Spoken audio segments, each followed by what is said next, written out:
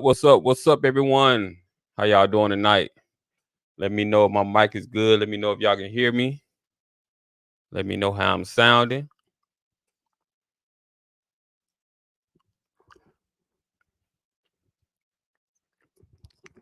Gotta get used to Bob when I'm used to What's good, man? What's good, Juwan? How you doing, Steven? Campbell, what's going on? Loud and clear. All right, cool.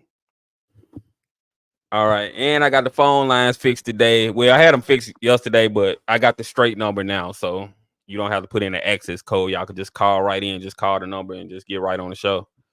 So I got all that fixed. So everything should be up and running good tonight.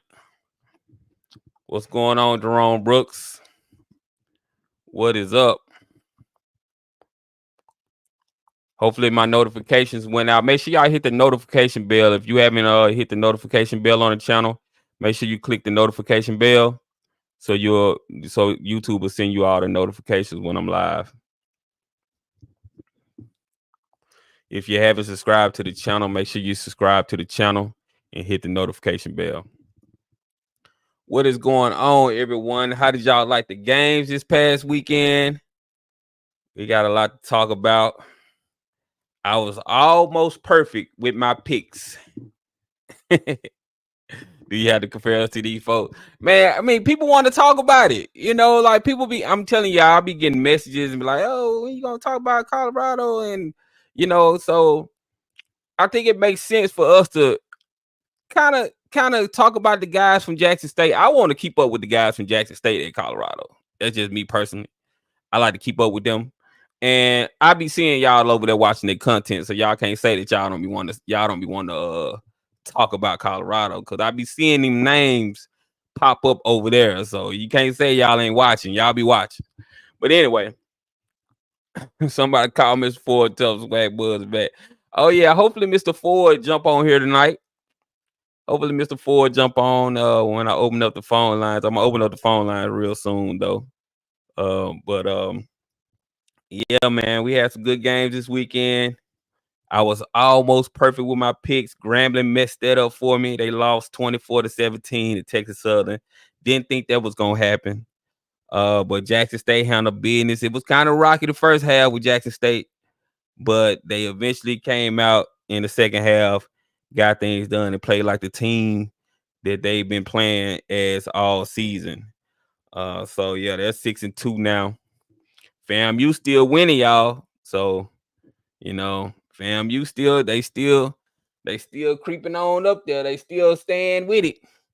So Jackson State got to keep winning to kind of stay them off, you know. So it's gonna be a tight race. I think Alcorn to come out the West, but I'm hoping that Jackson State and Alcorn could be in the SWAC championship. That'll be lit. Grambling has QB issues, yeah. Grambling got a lot of issues this year, to be honest with you. I think they're eventually going to be good. They just need time.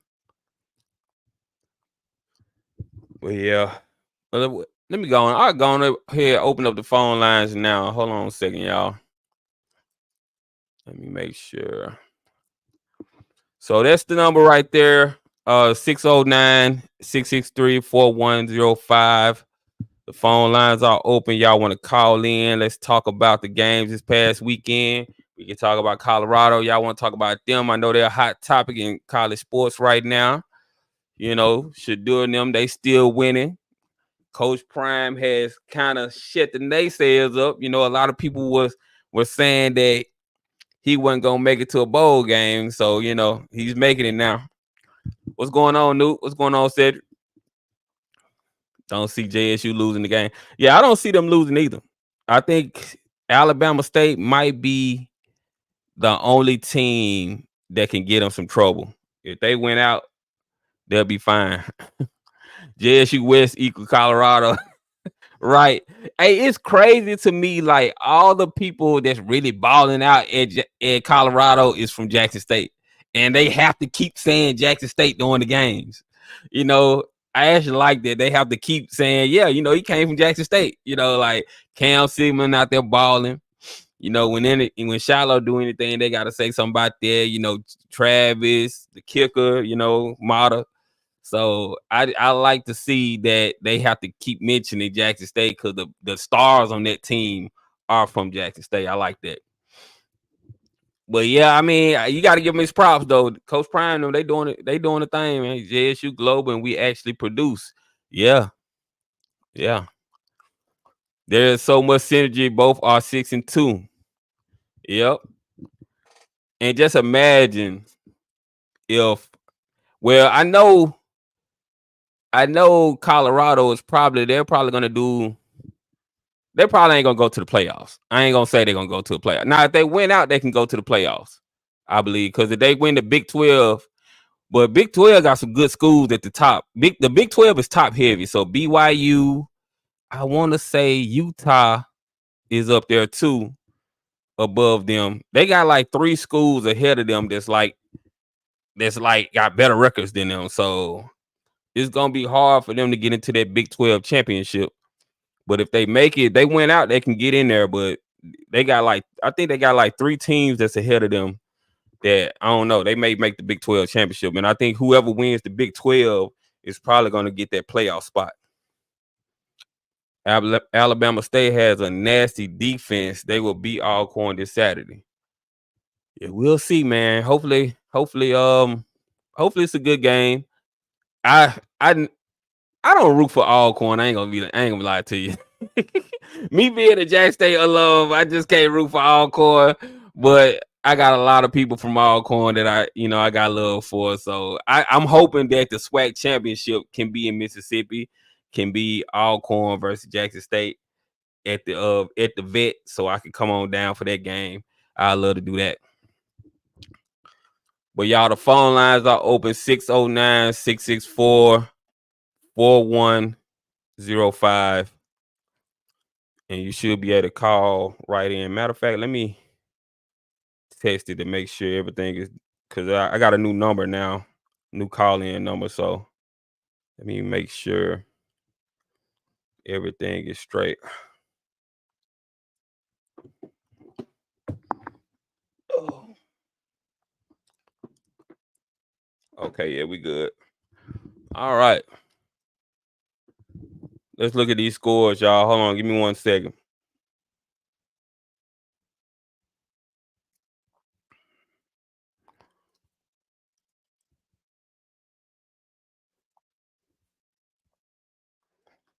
Give me 1 second, y'all. Hold on.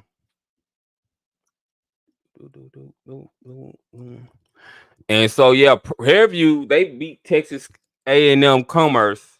I guess that one. A lot of people saying they ain't gonna beat them, but I figured they was gonna beat them. They're not that good. Alabama State pulled it out against Alabama A&M.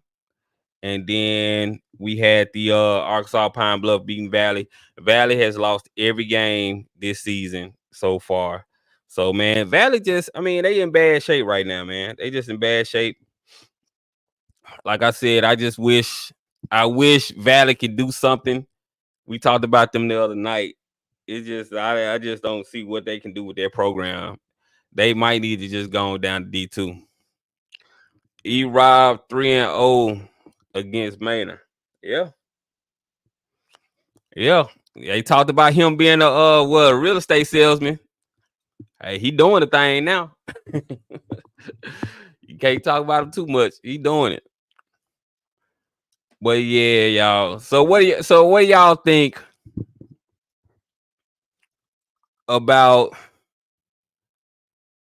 So what do y'all think about this Travis Hunter thing? A lot of people are saying Coach Prime said, well, not Travis Hunter, I'm sorry, Shedeur.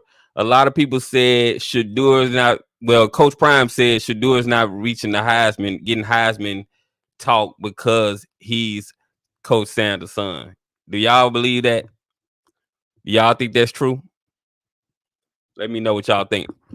The reason I have a problem with comparing Colorado with JSU is because Dion literally tried to undo everything that happened at JSU. It's really hard to root for them, not to mention the lies. You know what? I can understand. I can understand how you feel, but I more so like to talk about them because of the players that's there. You know, I don't really think about Coach Prime like that because, like I said, Shador, like I said before, Shador, Shiloh, they seem like they love Jackson State to me. And so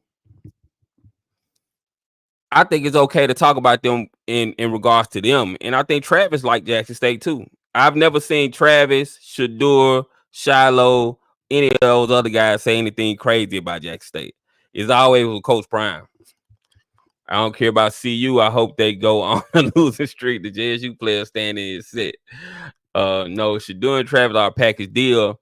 Don't understand how one could be chosen over the other for the Heisman.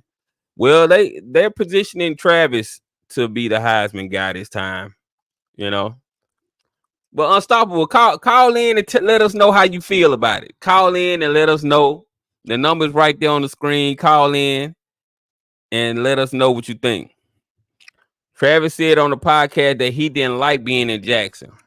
I'm gonna have to have somebody send me footage of that because I've never heard that. I've never heard him say anything like just crazy about Jackson like that.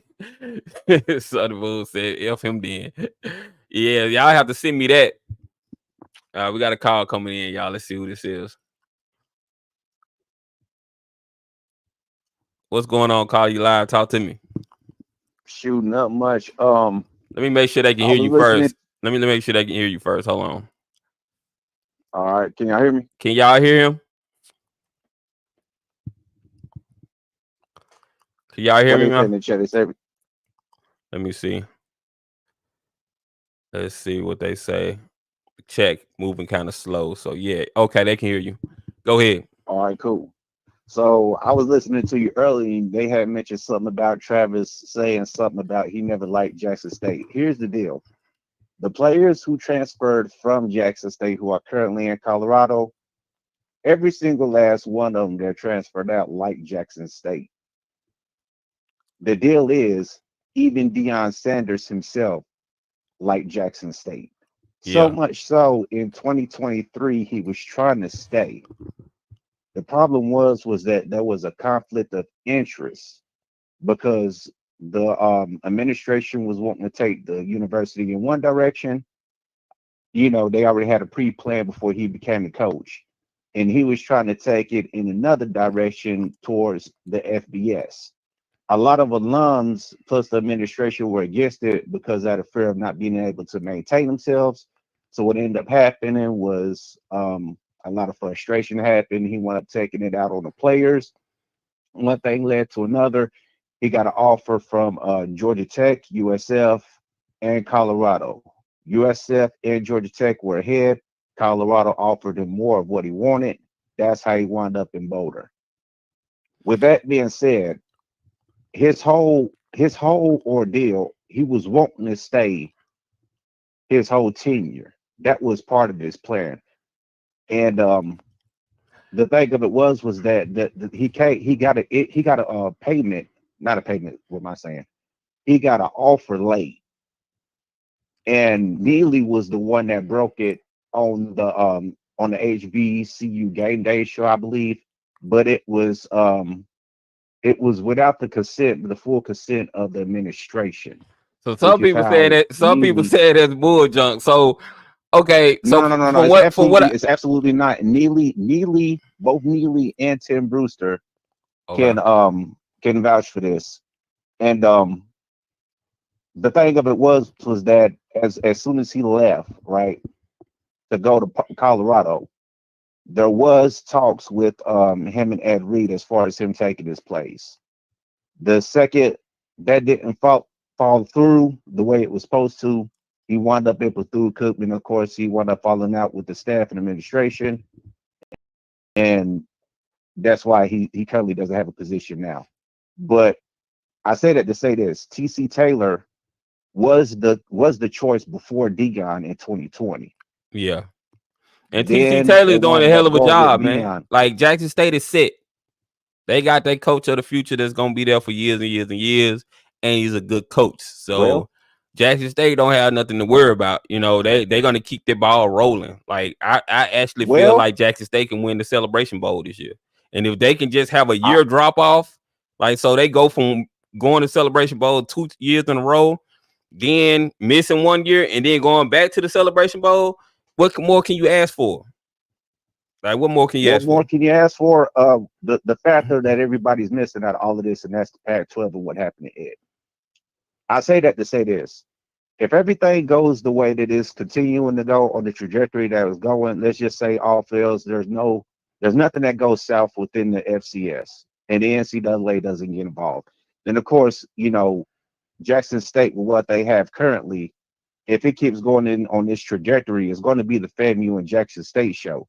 I have a funny feeling though that the NCAA's involvement is going to somehow affect the FCS more than in one ways that we can think of. Because if they could take down the Pac-12 within the snap of a finger, just imagine what they could do to the FCS as a whole, and even greater much so with under-resourced universities at HBCUs. Just imagine what they could do to them. That's why Ken and Zoe on their show was talking about a super FCS conference, and I believe that it can happen. I just don't believe that it can be able to sustain itself with what the NCAA will try to do against HBCUs unless they have someone like an Ed Reed whose voice is high enough in order to fight on their behalf. In other words, he'll add value needed, and he'll also be the voice just in case they try to get sideways, so they can get full value on their deals when it comes to sponsorships and when it comes to promotions, affiliate brand affiliations, and et cetera, et cetera. In other words, when it comes to them getting their full value, Ed Reed has the voice and has the cliche high enough for them to get their total value and also bring value to the conferences Hold on, so hold they on, can hold be on, able to hold sustain on, themselves hold as on, hold on, hold independents. on, hold on. So you saying they should hire Ed Reed? I'm saying Mississippi Valley State should make him the head coach. No. And I'm not saying, follow me. I'm not saying that they should make him a president. I'm not saying that they should put him in charge of it. No.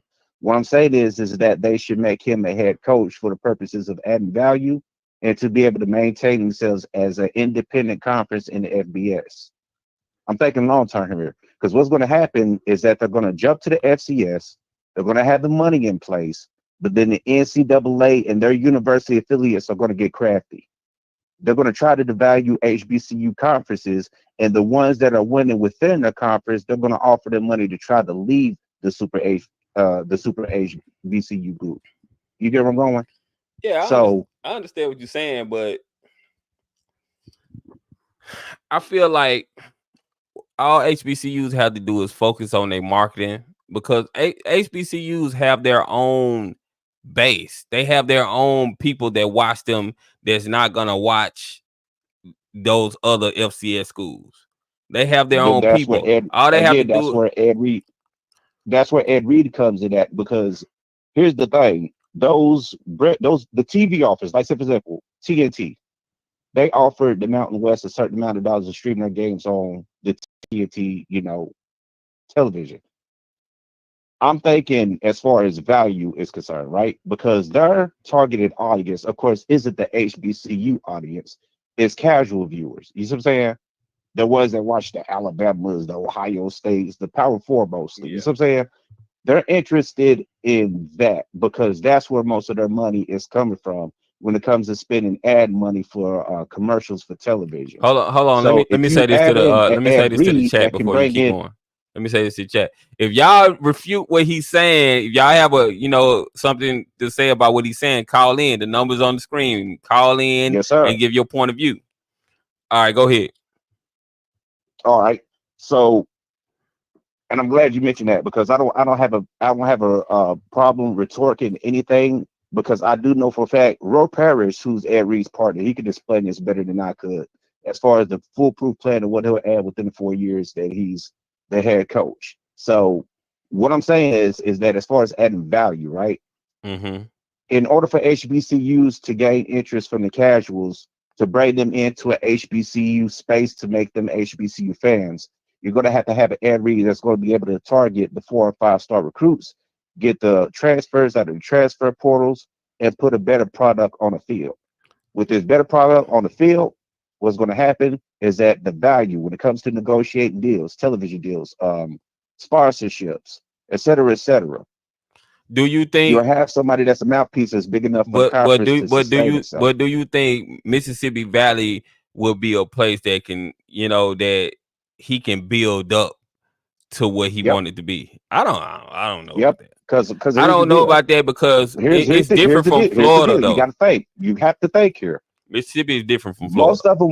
Most of them were wanting him to take a D2 position. In other words, they was wanting him to take coaching positions before he initially dropped in his hat to offer to make himself a head coach. That's initially what alums wanted him to do. They wanted him to take a coaching position so he could get some experience before making him a head coach.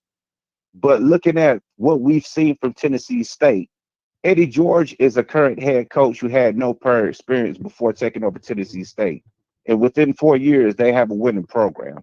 So if he's able to win within 4 years at Tennessee State with no experience, just imagine what an Andre Johnson or even an Ed Reed, who's a brand name, a Hall of Famer, an NFL Hall of Famer. Just imagine what he could do in 2 years. At So we a have to think school logical here. at a school where it's hard to get high level recruits at. He Think would have about it. he would have to he would have to turn those Think about it. facilities around really quick to get people to just flock to Valley like that. Okay, I'll give you this to think about, right? Yeah. Jackson State, what was their recruiting ranking 5 years prior to Deion Sanders hire? Have What you was their have you ever recruiting look been to like? Jackson State? Yes, So you've been on that campus. Have you ever been to yes, Valley? yes. It's two totally different worlds. My thing is that both of them, Jackson State could lure somebody like that and sustain them because Jackson State have the facilities that a coach no, like no, that no, would no, be no, no, no, no, okay no, no, no, no, at. no. At Valley, no. Prior and here's the thing. Even Neely, who's a Jackson State grad, can even vouch for this. There was no way, and I mean no way, that Jackson State, without the arrival of Deion Sanders, was able to get the recruiting class.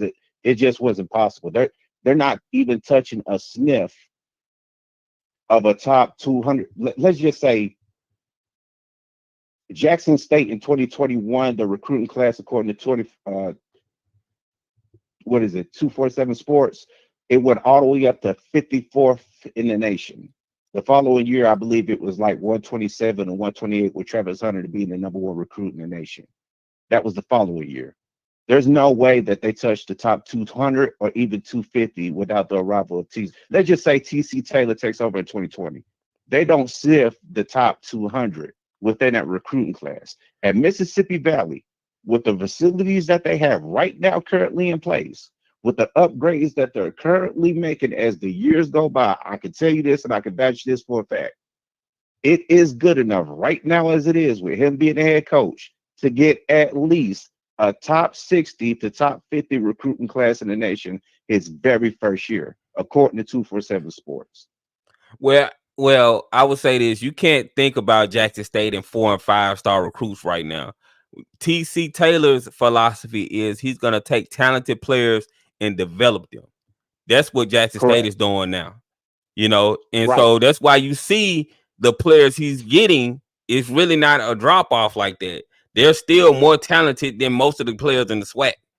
Them and But we FAMU, can't their agree. players are they are a step above everybody else, and you can see that when you Correct. watch them play. It's a two-team show. It's FAMU, it's Jackson State, and it's everybody else when it comes to recruiting. We understand that. But now you know this for a fact. Jackson State does not have this same recruiting class that they had for the past previous two years without Deion Sanders being the head coach or the former head coach. Travis Terrell, during his video, during one of his Target Talk videos, did admitted that he didn't know what a Jackson State was prior to the arrival of Dion. So Dion brought his attention to a Jackson State University that would allow him No, to even hold commit on. to You a you Jackson you State can't University. you can't say TC Taylor when he became coach that he wouldn't be trying to recruit the players he's recruiting now if Dion was If never there. Deion Sanders, I You can can't tell you say this that for a though. fact, and anybody can vouch for this. If Deion Sanders was never the head coach of Jackson State University, Travis Terrell would not be on the university campus right now. Oh, That I can vouch. He'll even vouch this out of his own mouth because he didn't know what a Jackson State was.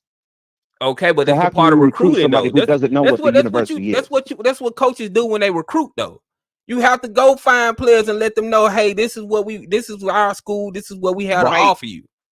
You know? Correct. But there has to be, what I'm saying is, when it comes to recruiting, there has to be an interest. If these recruits don't even know what the university is, and here you are trying to bring them to this university that doesn't have a winning cachet, that's not on the market. Jackson State got over $185 million worth of advertising and media exposure. That took them automatically over the top of all the rest of the FCS schools when it comes to the ability to recruit because of all the media attention and social media engagement that they was able to generate and garner. So much so it brought you to YouTube. It brought off script to YouTube. It brought Kobe Orr to YouTube. KC 1400 is never on YouTube if Deion Sanders is never the head coach. They're still on the blog doing. So I say that to say this. You have to have somebody that's a high enough media impact that can garner and generate change, that can change the trajectory from what was or what could have been to what is now. If you don't have that person that's able to generate the interest from the public and from the masses, I can guarantee you what is now wouldn't be 2 years ago, 4 years ago, et cetera, et Well, cetera. You get what I'm going? I would So say, you got to have somebody in place. hold on. So I would say Go ahead. 1400 Club has always been around. They've been around for a long time Correct. before But they weren't on Coach Prime YouTube, but they came. had no interest in Well, it. They can they vouch for weren't you on out of their own YouTube. mouth. They weren't on YouTube because they didn't really know the YouTube game until they started coming on our platforms and But thinking, they had no, and got because interest, of and they off got script, interest. and they can No, vouch for no, this. Because of off script came on, started talking Jackson State. Then he started downplaying Jackson State because they wouldn't allow him to have access to certain things. I'm telling you, they'll be able to vouch this out of their own mouths.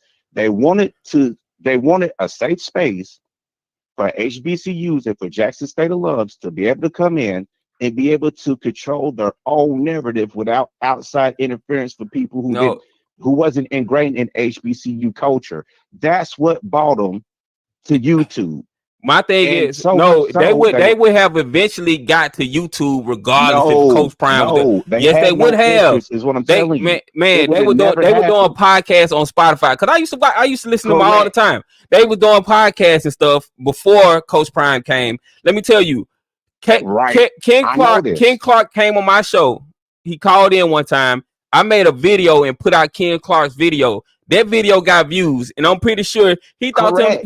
to himself, "Damn, shoot, we need to go ahead and do YouTube. If I'm getting views like this, and I'm just doing a Listen, bit on somebody you else's are channel." right when So it comes to them having their own blogs and having viewership on the blog. I'm not saying that they weren't ever going to do the blogs. I'm telling you that Ken Clark, out of his own mouth, admitted that they had zero interest. Listen to me when I say this, because I'm gonna repeat it for you. They had zero interest on coming to YouTube. But what brought them to YouTube was the ability to attract new viewers, to control their own narratives, because people from the outside of HBCU spaces was changing the narrative, bringing false narratives into HBCU spaces. And so what they decided to do was they decided to create a channel so they could be able to control their own narrative and put the truth out to the public. So okay, much so, it got so much I wish interest that it Ken became AI. Hold on. was on here right now so they can give everybody the real Listen, I'm history telling you, of this. because Ken Clark said it out of his own mouth. I wouldn't have never said this if he wouldn't have never said it out of his own mouth. Okay. He said verbatim, they had no interest, but it generated so much popularity because of the arrival of Dion. They were able to start their own, 501c3 through Giveify, Hold on. Let me cut nonprofit y'all real quick. Let me organization. They let were able to. let me let chat know this. Hey y'all, the phone lines are open 609-663-4105. Y'all want to get on the show. You want to change the subject like some of y'all saying, call in, They change need to get on the let's phone chat. and call. Yeah, Absolutely. get on the phone, call in, and we can talk about it. But yeah, I mean, I understand what you're saying, but the Ed Reed Valley stuff, I don't think that would even I don't It think that can would move a happen, needle, but man. here's what the loves are telling me. Here's what they've been telling me so far, and I'm going to close on this one.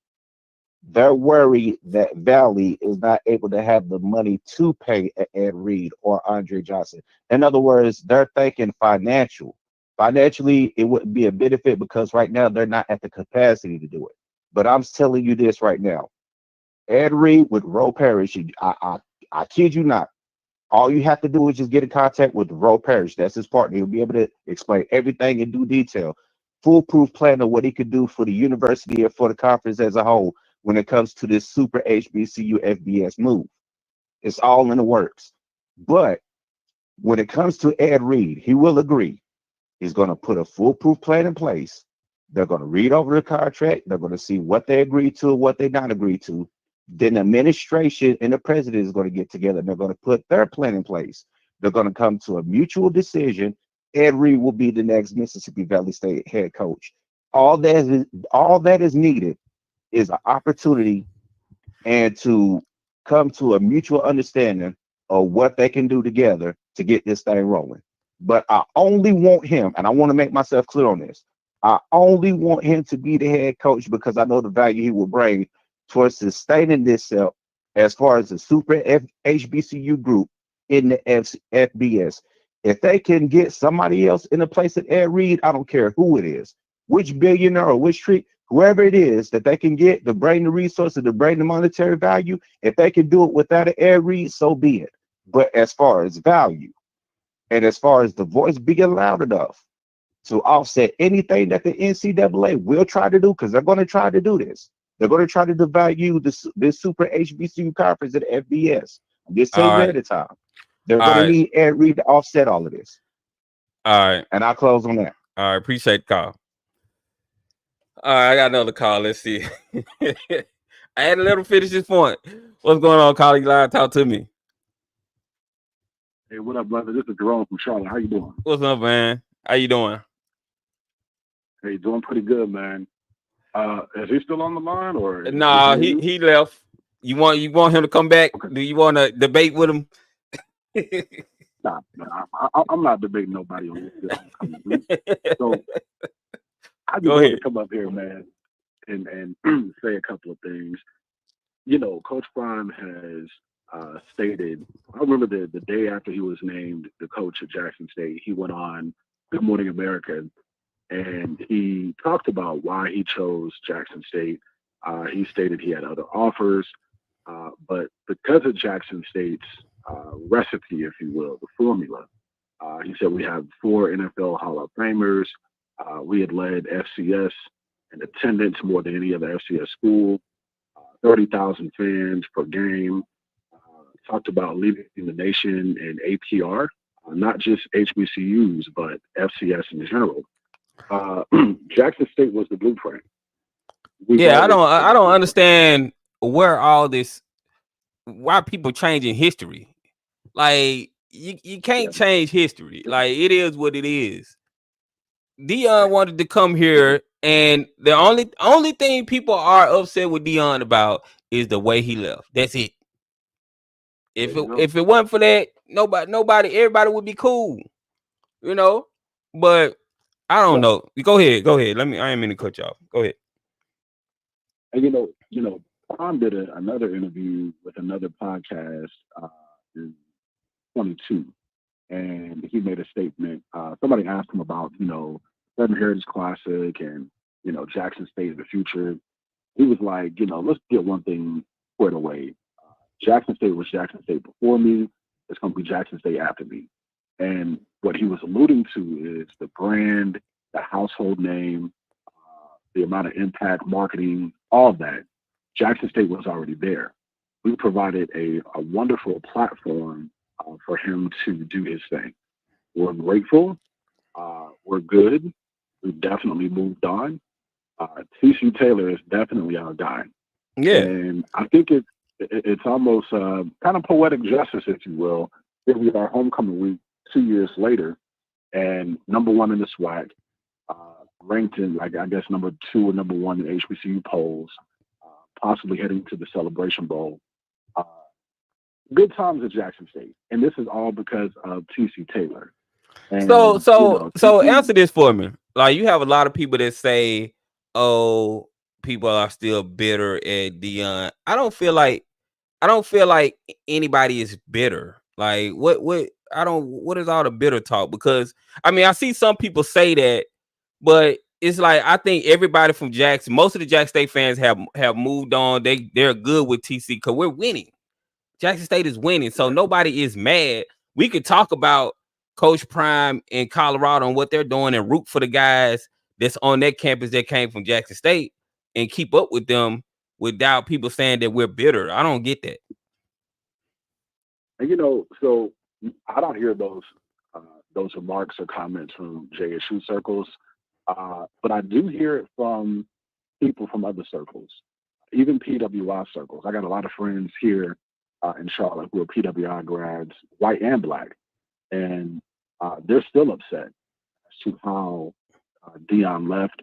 And in their words, they feel like he promised JSU and HBCUs the world and then dipped out. And, as more facts came out as far as him applying for Power 5 jobs, even back in the fall of 2021, a lot of people kind of took their blinders off. And they're still upset about that, but it's not in JSU circles. Let me just put that out there. We're good. It was kind of tumultuous. The first couple of, I'd say about 12 months after he left, because we had to deal with a lot of misinformation that was put out there to the public. That's the only issues I had, the misinformation stuff. That's the only issues I had.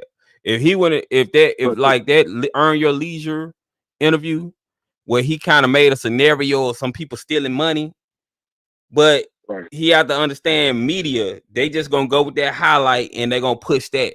You had so many platforms making headlines, national platforms making headlines about, they were stealing money. And it's like, no, he was making a hypothetical comment. So I don't understand. Like, he knew what he was doing, because when you come in, when you're I won't go there. When you're someone who comes in making a lot of promises, I mean, grandiose promises, and then you decide, nah, I'm gonna change my mind. I'm gonna look at Power 5. You gotta try to cover your tracks in some form to make it look like you're not the villain. And he was putting out a lot of innuendos, hoping that the general public that's not, I guess, privy to how college athletics works, he was hoping that it would stick and it would land with them, and they take it to the moon, which is basically what happened. As all of us know, when it comes to college athletics, from Power 5 all the way to D3 and the NCAA, the football program is the main revenue generating engine for the entire athletic department. Right. So there is no college football program that hoards in all the money from their football games and bowl games, and they just keep it all. It never works that way, and he knows that. He came from college athletics. He studied college athletics. He knows what's up, but he put it out there to the general public to make it seem as if the revenue that was generated should have been, stayed with the football program, and that's just not how it works, because all the Olympic sports, they got to eat too. So, he knew what he was doing. We're good, but to see that DC, and his program was decimated, from a coaching standpoint, staff, and as well as players, to see him assemble, a really amazing recruiting class for the following year, to assemble a new staff. Yeah, he's doing an amazing job. amazing job. Like I honestly have never seen this type of rebound from any program Quick that lost, turnaround. Yep. previously. So all focus, all attention is definitely from the Jackson State side. Man, it's all on TC Taylor, and he's our guy. We're heading back to the Celebration Bowl, and to be honest, most of the HBCU community is rooting for Jackson State. They definitely want us to have redemption because there's a lot of folks out here that know the truth, and they want to see us prosper as Jackson as a university Yeah. because they saw what he did on his way out, and they're like, nah, man, I gotta cheer for the school. So happy homecoming week, to you and all the Jacksonians in the chat. Let's So focus on Dion love. somebody said, why JSU and CU on the same screen? That makes folks emotional. I thought everybody, what? Like how? Like Yeah. I don't get that. Like how is that making people emotional? Like it's been 2 years, bro. Like Yeah, I I'm think at the the. only emotional person. Go ahead. I think the only emotional person was the brother who just got off of the phone. Yeah. We're good. We're not thinking about Ed Reed. I feel like here's a classic example. I honestly feel like the situation for Prime and then Ed Reed, et cetera, it was like a master class in session for everyone who was watching. With respect to Ed Reed, you can't, he basically showed his hand. He showed who he really was with respect to his character. And you can't burn bridges that carry, that's an old country saying, never burn bridges that carried you over. And that's exactly what he did. Right. And he lost that opportunity. And, I guess this year Prime brought him over there to Colorado. Hey, that's your boy, cool. But don't think that you can come back into HBCU spaces when you dogged out this amazing historical school called Bethune-Cookman University. You can't do that.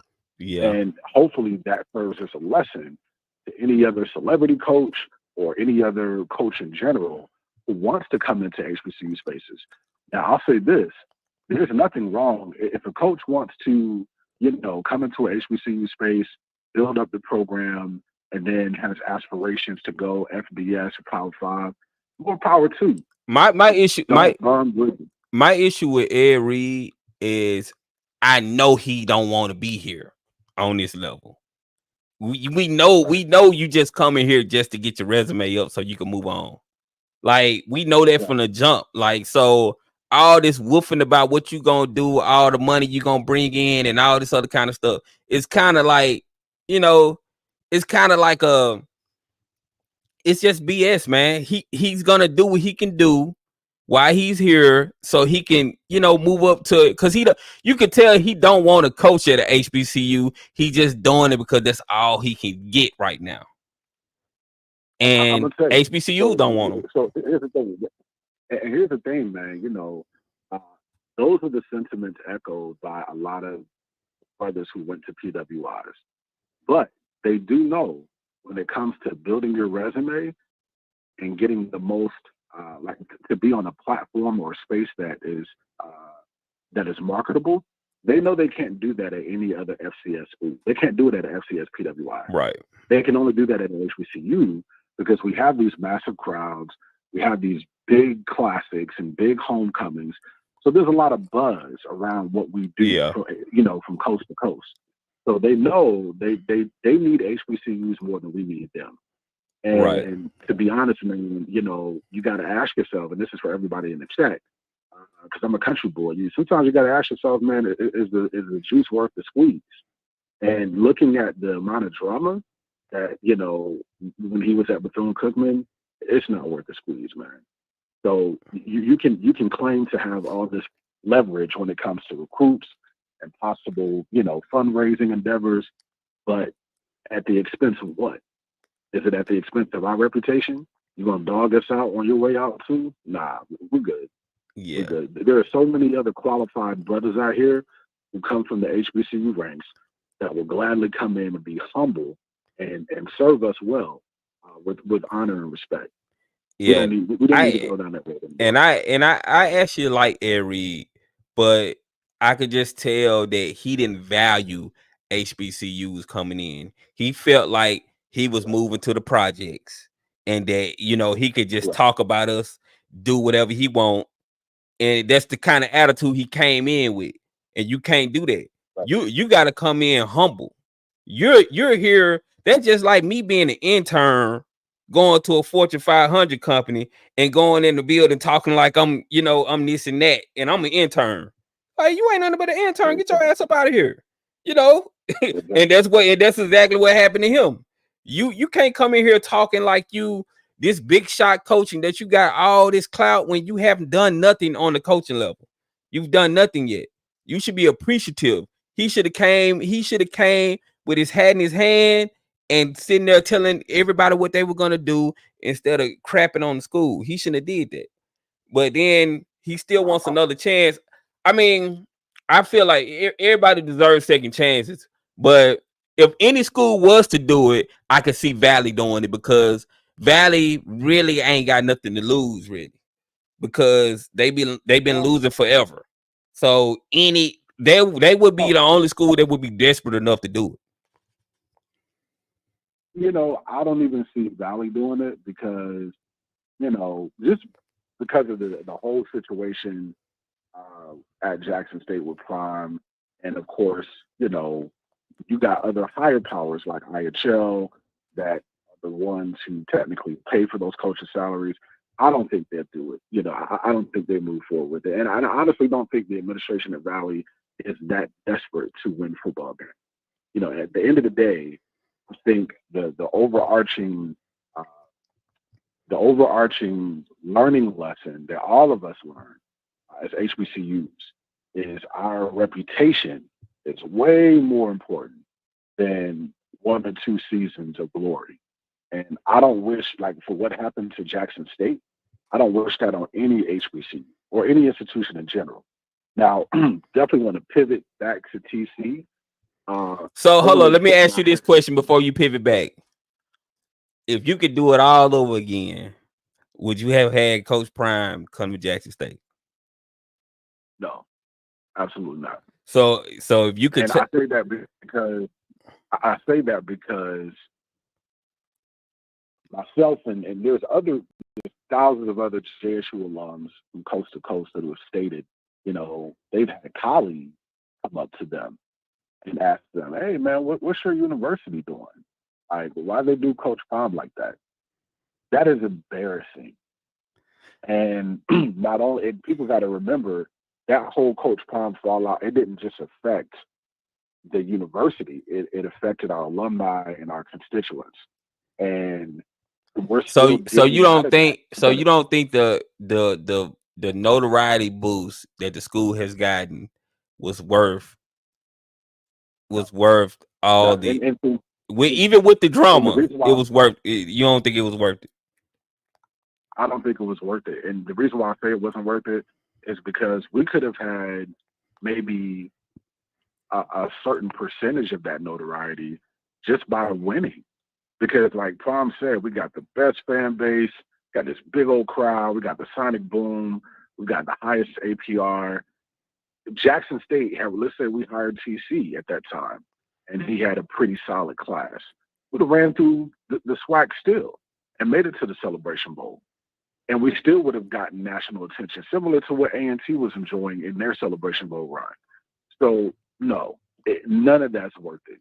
Never say, I'm not saying we sold our soul or anything in that regard, but in hindsight, and this is for all HBCUs, man, do not put yourself in that situation where you're going to hire somebody with, I guess, high risk, low reward. Like, so, and that's what it essentially is.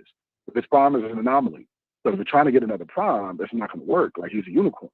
But anytime you're looking at a high risk, low reward, or vice versa type of situation, you got to look at the character of that person and just watch how they move and ask yourself, is the juice worth the squeeze? But no, if we could go back and do it again, absolutely not. Absolutely not. That's a hard one for me, because I do like the notoriety. Like, JSU is a national brand now. I can wear my hoodie on the trains of New York, and I would have people in New York stop me and be like, "Oh man, you went to Jackson State? Yeah, man." Like, want to talk to me about football. Like, that wasn't happening. Like, that wasn't happening to that extent. not to that extent. So Yeah. I do like the notoriety that I the think school has gotten. the notoriety is great. And I think we've all, coast to coast, as Jacksonians, have had those similar interactions. But you got to ask yourself, what real value is in that? There's no real value. Are they cutting checks? Are they coming to games? Are they even I think buying it tickets to increases. go? I think it increases enrollment because I think Well, so we having a didn't national experience brand enrollment like the same. that, even though when I was in school at Jackson State, we had people from California, Michigan, everywhere. We had people from everywhere, but they was coming down because they were coming down for different reasons. But I feel like you're gonna have people from all over the country specifically want to go to Jackson State for the HBCU experience, and because it's one of the biggest, most popular HBCUs. And see, you just kind of answered your own, your own question, because we've always been that school. Like, we've always had students from across the nation. I think it has heightened though. Like we have to admit that, like It it did, has heightened now. but Like so it's it grown. was heightened. It was heightened, but it didn't translate to higher enrollment.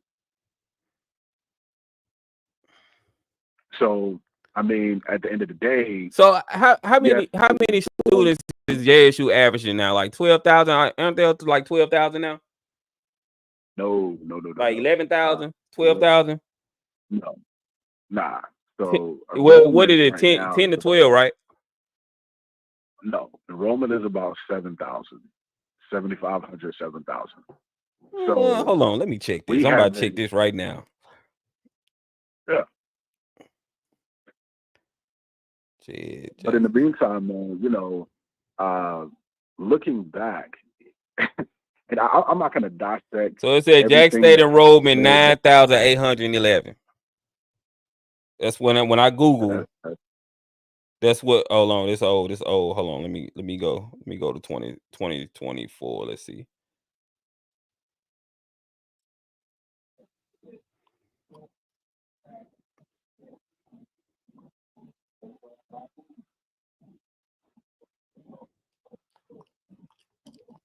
Somebody said I thought I saw 9K. Somebody said 7K ish. Hold on, let me see. I want to make sure I get my numbers right, y'all, before I say something on here. Enrollment 20. I'm gonna do 2023. But I think the main point is that we didn't experience this massive enrollment growth to like Oh, you right. You right. You Ian. said 7,000. So I see total enrollment 6,564. Oh, you right. Yeah. So there are other variables that we've overcome since that time to help boost enrollment. Now we've got more space for housing. Yeah. We got approved, of course, for on-campus water opportunities. So we're moving in the direction, which of course is going to translate to higher enrollment. But looking back again, even some of the things that he stated Wrong. he did Wrong. Let me get this other caller. You gonna stay on the line? I can get you back on. You want to stay on the line, or what you want to do? Yeah, I could say that's fine. All right. What's up, caller? You live? Talk to me. What's going on, SWAC? This Doc, man. Hey, what's up, Doc? And what's up, Jerome? Jerome and a half. Happy homecoming to all the JSU folks, as always. Yes, sir. JSU by 40 this week against Pine Bluff. But now y'all having a good conversation about, things that has transpired. And, shout out to Coach TC for, team being 6-2 right now. Yep. In the driver's seat in the SWAC East. Got the number one, it's the number 2 offense, but the number 1 scoring offense. Got top 5 defense in a conference. And the way it's looking, we still gonna be ranking the national polls, and it's up from there, man. I love what TC is doing, man. I love what he's doing. He needs to get all the props, because to turn a program around like that in one season, and then his first season, he had a good first season. His first season, he had to win the season. And then this Yeah, he year, had a better season. and then this year he looking like he can go to the championship and go to the Celebration Bowl. But I mean, what more can people ask for? Like Jackson State is in good hands, man. They are in good hands. I hate when the people get to talking about how people are emotional. Like I feel like we are at the point now where we can talk about Colorado. We can talk about like what the guys from Jackson State are doing. Because I'm gonna be honest with you, when them guys from Jackson State leave, you'll never see a Colorado video on my channel again. Just being honest, like cause I'm only interested in the guys that went to Jackson State from there. You know what I'm saying? Like I'm not into Colorado like that to want to keep talking about them even when the guys from Jackson State leave. You know, I'm only following Shador, Travis, Mata, Cam Seelman, all those guys. So I still want to talk about them. That's the only reason why, I would even consider even still covering them. You know what I'm saying? So nobody's like people like, oh, y'all are emotional. Like, no, I've been moved on. I've been gotten comfortable with, with Coach Prime being gone, with what happened. I didn't like the way he left, but it is what it is. That's it. Jackson State got their coach now, and we're still going up. But I can be a football fan and still talk about whatever. Nobody's emotional. I hate when people like, oh, y'all Jackson State fan, y'all still emotional, y'all still mad at Coach Prime. Like, nobody's mad. Nobody's mad. There's only a few people that'll still be saying stuff like, oh, why we talking about him? Like, they still act like that. But majority of the people that we don't care, like, I literally see people from Jackson State still over there watching their videos, still over with Will Off, still come in and everything like that. People, majority of Jackson State fans aren't mad at Colorado. We're cool with them. Like we're cool with watching the guys that came from Jackson State and perform well over there. We want Shador Travis to win the Heisman, because guess what that's gonna do? When they play them highlights, when they show them highlights, or when they talk about his career, and they're gonna mention Jackson State, and that's more publicity for the school. At the end of the day, when you think about it too, like even with like you said with Colorado, like I looked at the game on Friday with Boise State UNLV, and you got Antonio Doyle over there at UNLV. He had a good game Friday against Boise State. He's doing his thing. Even they not even with this team not doing good, but over at Mississippi State, you got Kevin Coleman doing his thing over at Mississippi State. So you can see, in a sense, you can kind of still be fans of these kids right here because of what they've done, what they had contributed at Jackson State, and also their contributor being a model citizen as far as, and a student overall. Can you still be upset? Like you said, can you still be upset at how he left us, like a thief in the night? Yeah, you can. But in the same sense, it's like, okay. I was never mad at that though. I was never mad at him just leaving quickly because people get jobs all the time. I was upset with the little chatter and the misinformation that was put out there about the school, because it was like, you built us up, like you got us rocking. Why put some dirt on that? Why kick dirt on that when you're leaving? I didn't understand it, because you don't want to go into a new situation with that on you, because don't get it twisted. Colorado folks are watching Coach Prime right now, because they like, we wonder what you gonna do. You winning now. These other schools about to come calling, because FSU is trash right now. Florida State is trash right now. They probably gonna fire their coach. Who you think they gonna call?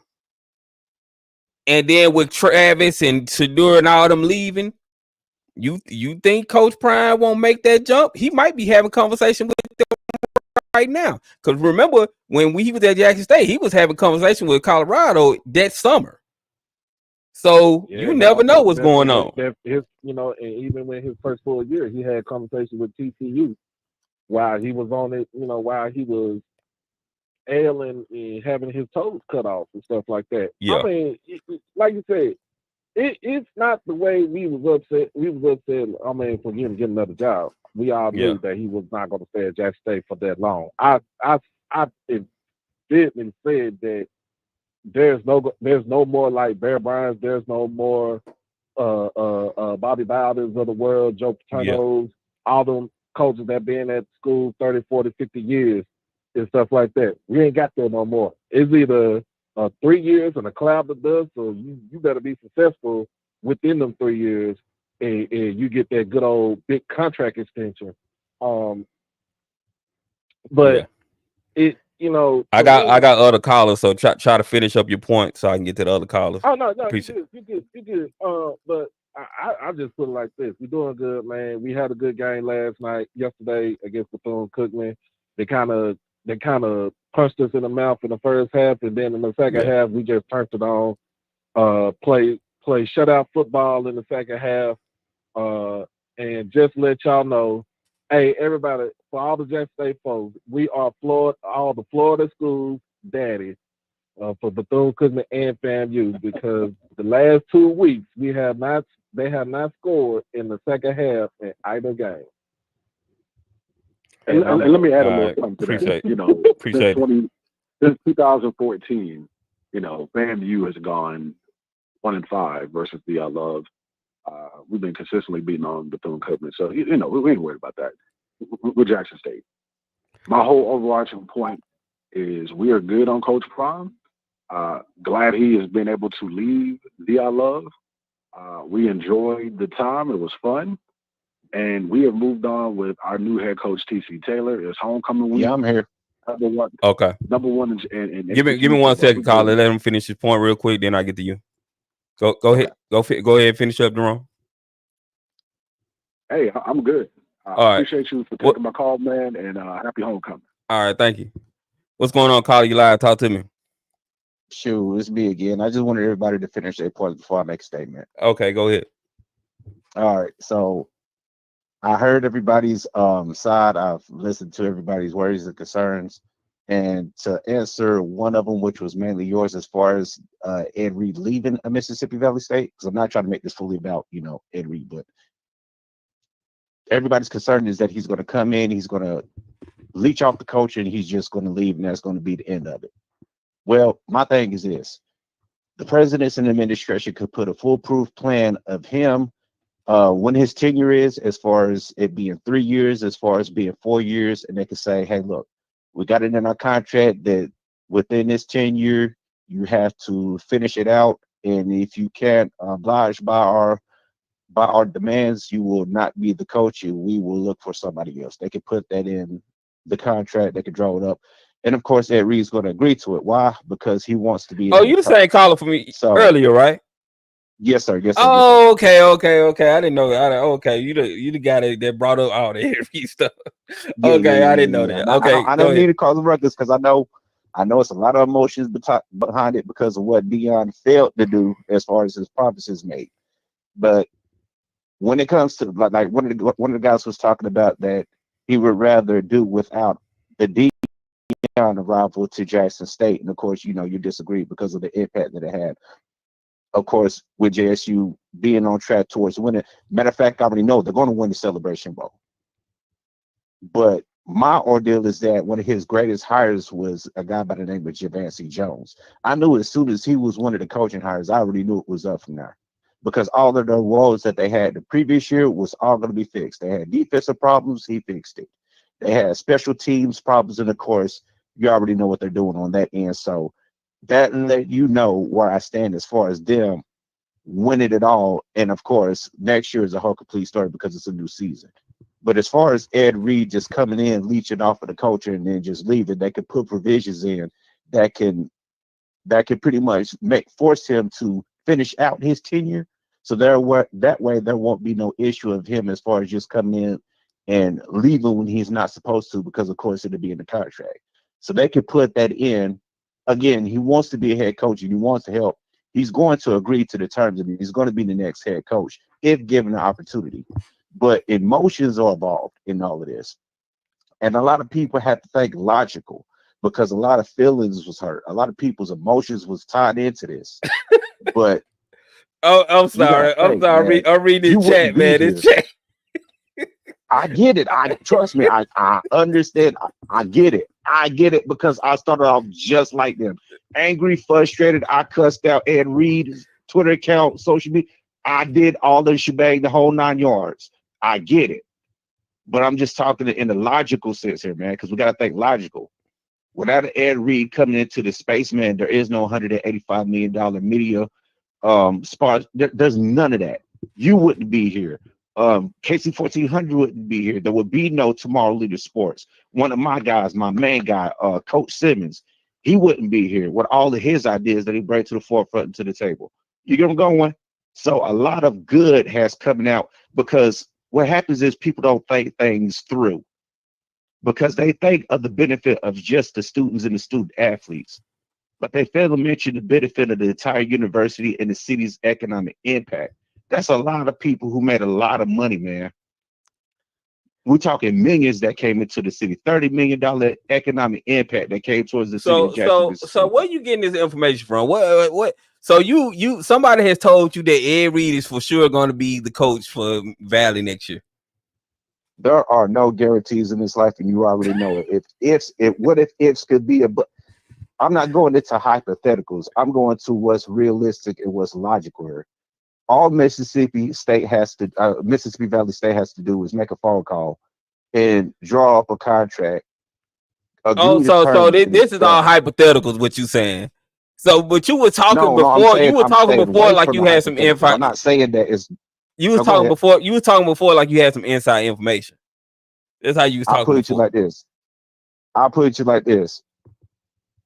All the underfunding that's going on with these universities that the state is not allowed. Let's just say that all of that is null and void as soon as he's the head coach, because of his partnerships, of brand partnerships. I'm not even talking about people that he knows specifically. I'm not even going to go into the Shaqs and the Edgerrin James and the Dion. I'm not even going towards that because man, you Eurostep that question, man. You Eurostep that question, bro.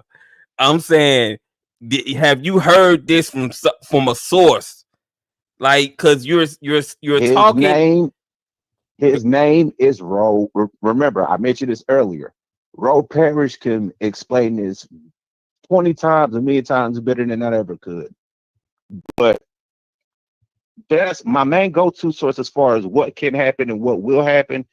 He's the main source, but he is not my only source, right?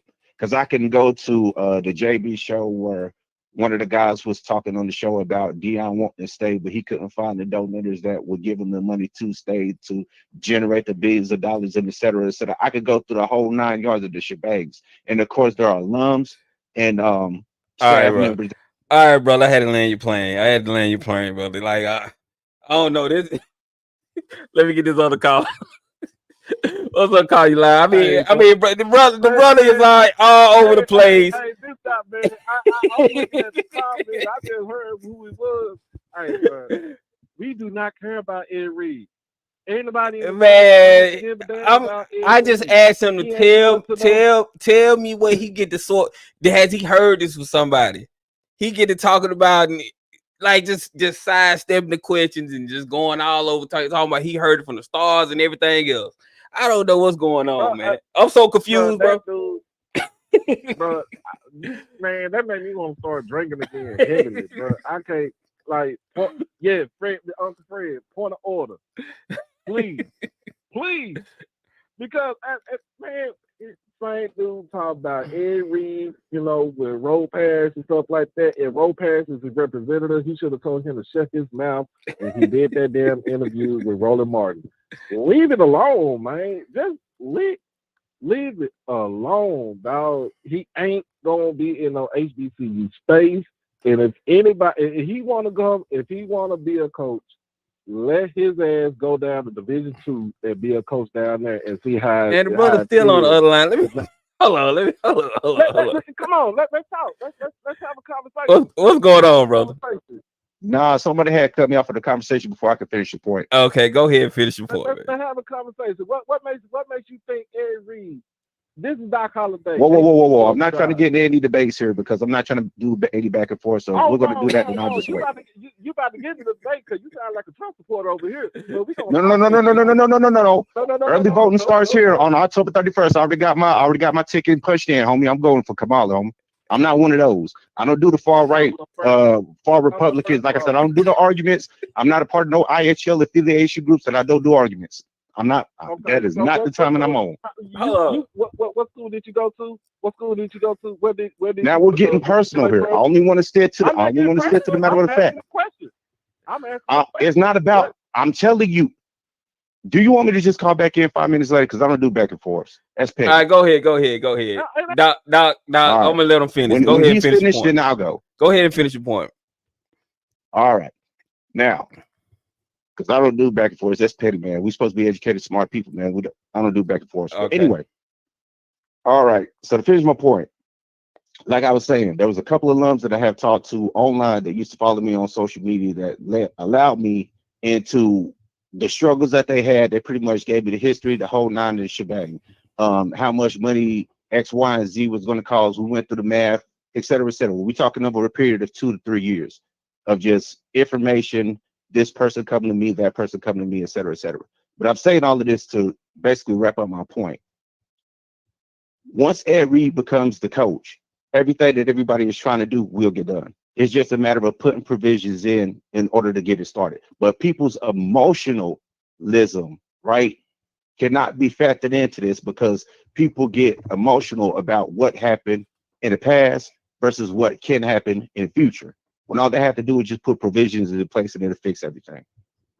And that's pretty much the make a long story short was where I wanted to finish on that. Because like I said, I don't do back and forth. I don't need to talk down or talk about people in order to state my point, because we're supposed to be educated, smart people here. And we all got opinions. We all got thoughts. Just because I say something just doesn't mean that it's necessarily going to happen. I'm just letting you know ahead of time what will happen if the opportunity presents itself. Okay. All right. Well, thank you for the call, brother. I respect your opinion, and I hope it happens. If Valley wants to do that, I hope it happens for him. My thing is this, bro. This whole idea of a super HBCU and the FBS, it can happen, and it should happen. But when your emotions are tied in, man, it makes it hard to make logical decisions. And all that's needed to be done is for Ed Reed to come into the space and become a head coach at Valley.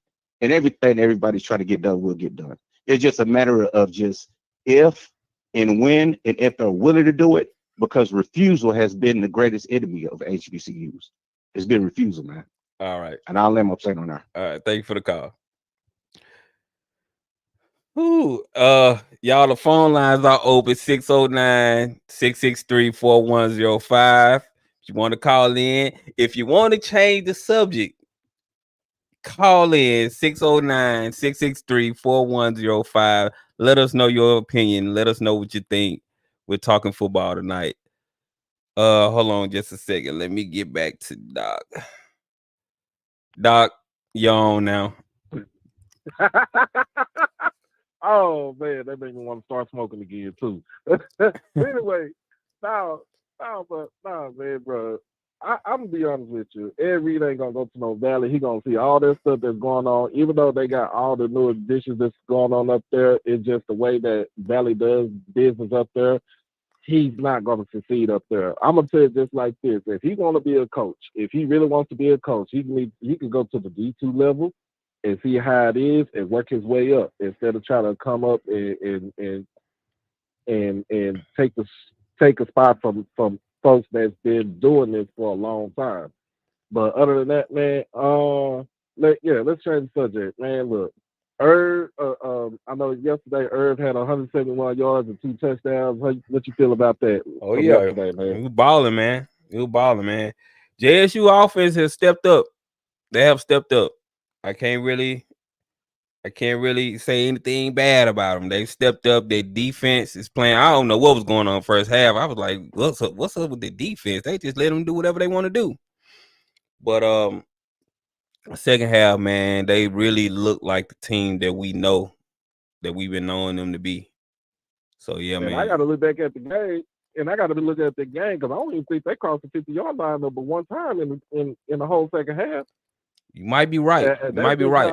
They just have I was going their back and defense forth to was. other games and stuff too, so I missed a lot in Yeah. the second half. But man, Jack State, man, the sky's the limit, bro. I don't see nobody beating them. Alabama State not gonna beat them.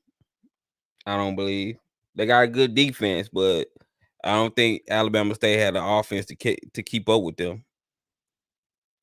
Cause they averaging, they one of the highest scoring offenses in the HBCU football. So yeah, I don't see nobody beating them, man. Think they gonna win out. Man, I just want to try to change the subject because, man, like, you know, when he come on, it's like, I'm gonna be honest with you. When he be in people's faces or he would comment or say anything, he down talk us like we ain't did we dogs. I Or think something that's the like first that, time I've bro. ever I talked don't. to him though. I don't think I remember him. Nah, that's the second time because I remember I had checked him last time. Oh, okay. Let me see who nah, this but caller when is. he talk, You but gonna go hold ahead, on man. line? Or you gonna? Yeah, I'll hold on. Okay. I'll hold on. What's going on, caller? You live? Talk to me. Hey, it is Robert from Texas. Hey, what's going on, Robert?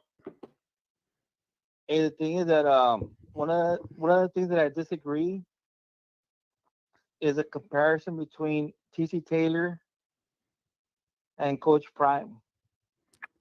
Tell us why you disagree. The reason being is because would we both agree that Coach Prime is going to send Shadur Sanders and Travis Hunter as first rounders in this next year's NFL draft? Okay. Will we agree upon that or no? You said what now? Do you believe that they're going to be first rounders? Yeah, they NFL should be draft? top 10 picks. They should go in the top 10. I'm not sure Do if you they're gonna believe be number one. It depends on the need of the team that picks number one, but I don't, they're probably gonna be top 5 picks. Do you believe that Cam is going to be drafted as well? Cam Ward? No, Cam. Silman? Craig? Oh yeah, Cam Silman Craig. Oh yeah.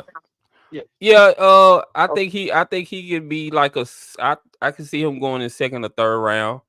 He's been putting up great numbers. Like he probably be a day 2 guy, but I think he's gonna have a good career in the NFL. Even though he might get picked on day 2, I believe he's gonna be in the NFL somewhere. Okay.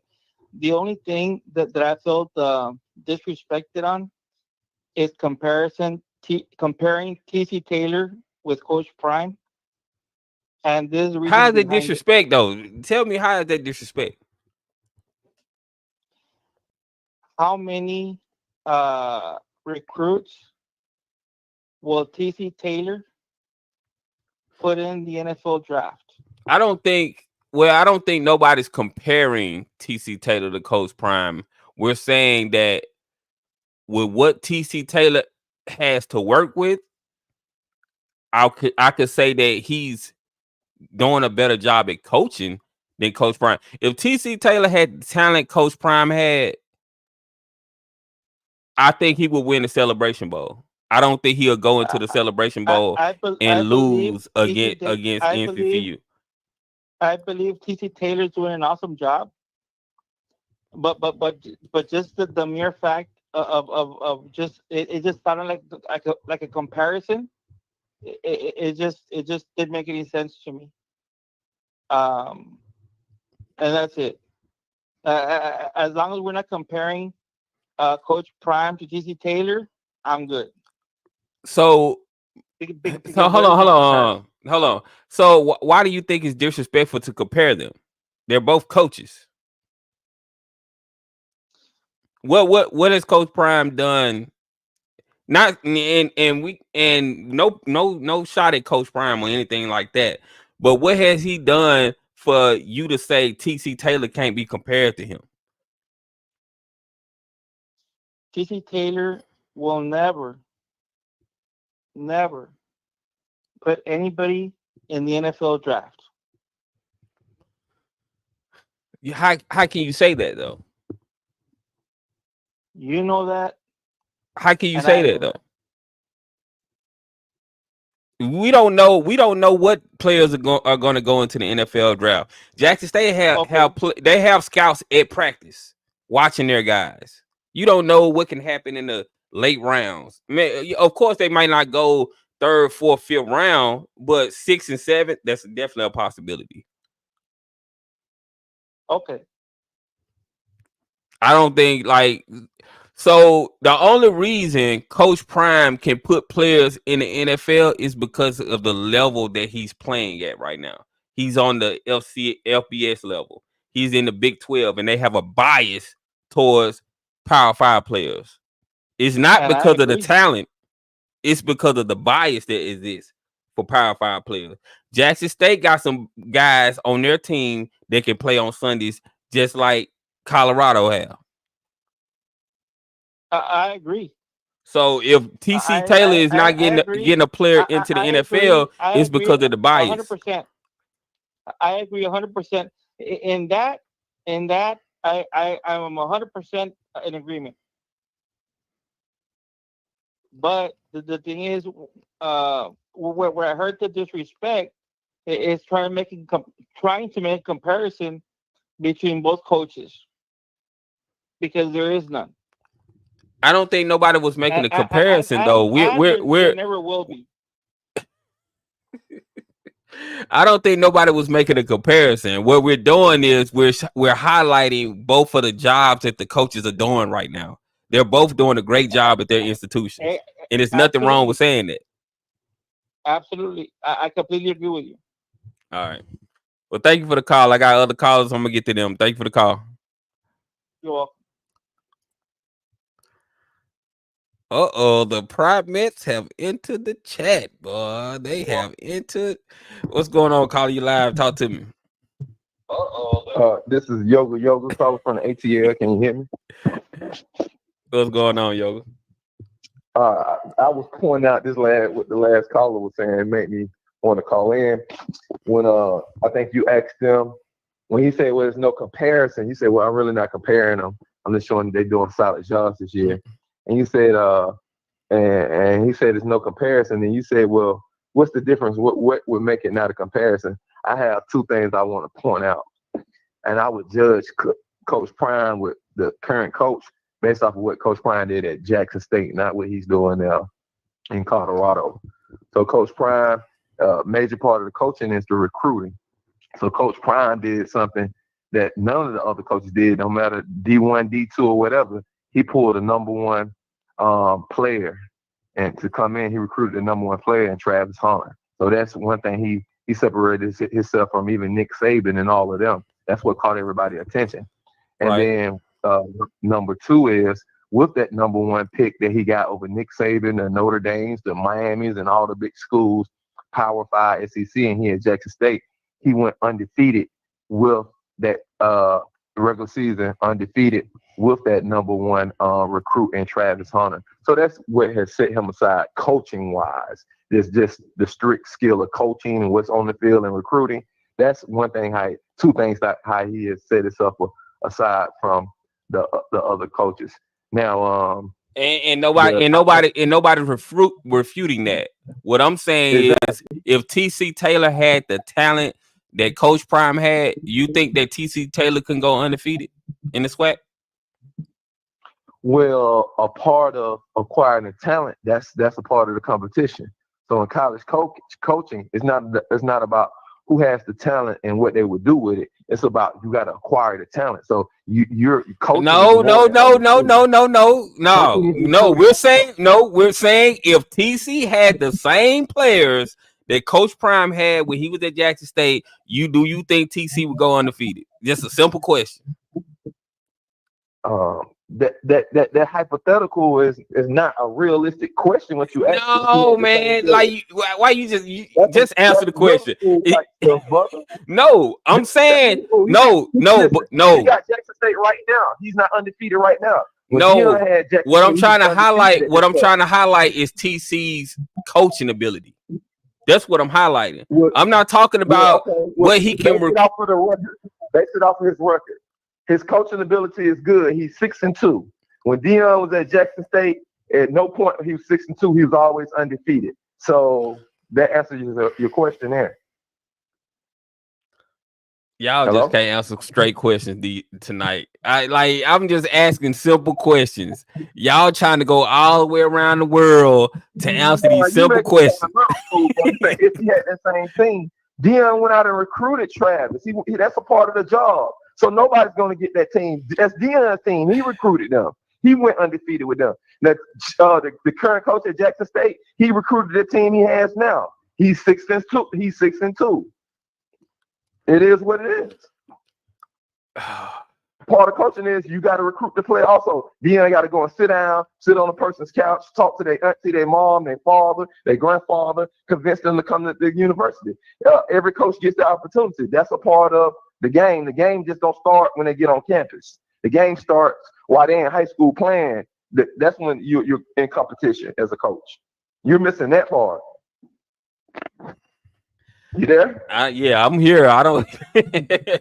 Hold on. Doc got something to say to you. Hold on. Okay, go ahead. Doc, he can hear you now. Okay, go ahead, Doc. Yeah. Okay. So let's refresh this. Dion only went undefeated 1 year, and that was in 2022. Okay. His first full year as a head coach, he went 11-2. Let's not sit here and say he went undefeated all the times he been at Jackson State. He was undefeated in the conference. The man went 16-0 in conference play. Okay, now the difference between, you said that Dion can go to any kid's house. Dion don't go to kids' houses. Dion can sit his ass on the damn couch and call a kid on the phone and say, tell him to come there. Dion ain't lifting the finger going to nobody's house. Come on now. Let's be real. We got coaches on our coaching staff at Jackson State that go to these kids' houses. That's in these kids' Instagrams. That's in these kids' Dion went to Travis Twitter out from the ATL. I'm from the ATL. My cousin play up in Gwinnett. Travis play up in Gwinnett. Dion came up to the. Of course, he's the number one player in the country. You think Dion not gonna go see the number one player in the country? And then he think he can land. That he think he can land? Well, listen, brother, I'm not going back and forth. I'm just rebutting that point that I know for a fact. I'm from Atlanta. I'm here in Atlanta, ATL. He came to Travis Hunter's house for real. Not no joke. Like he really came a couple of times. So that disproves the point you just made. But continue, go ahead. But if I think I can get the number one player in the country to go, no. I'm not moving the goalpost. I'm answering your question. I'm letting you know what it is. If I can get the number one player in the country at a HBCU, damn my celebrity, damn whatever, I'm going to go to his couch, go sit on his couch and talk to him. If I feel like I can get him. Don't do that. You just said he don't do that. He don't do that. He doesn't do that for other players though. Hold on. Which one is it? Is he do it or he don't? Which one? Because now you changing that question. No. So which one is it? He doesn't do it. So it's levels. It's levels. He do it for certain players. So hold on. So levels is different because you just came out and said he don't do that. So let's correct yourself. So let's scratch everything. If it's a 4-star recruit, he's not going to go see a 4-star recruit. Dion going to visit, sitting on your couch. That's what you meant, right? He's not finna go. He's not finna go see a 4-star recruit. Hold on, brother. I can't even debate with you now. 1 minute you say he don't do this, then you say he do this. Well, then when I point it out, then you say it's levels. I'm just pointing out, brother, you're not even standing on what you standing on. So it's gonna be hard to debate you. Let's get another caller, somebody who can stand on what they even debating. Because you're not even standing on what you're trying to debate. I had to land this plane. Like, let me get to the next caller. Like, what is he talking about? What's going on, caller? You live? Talk to me. Right here. Hey. Yeah, this is KJ. He's still on the line? Nah, I let him go. Like, I couldn't do it. Like, I couldn't do it. I had to let him go. Okay. Go ahead, KJ. Yeah, I can tell you what he doesn't do, and he doesn't win Celebration Bowls. That's what he doesn't do. That's very clear. He doesn't win the big games. That's what he doesn't do. He doesn't build players and develop players. He scapegoats players. That's what he does do.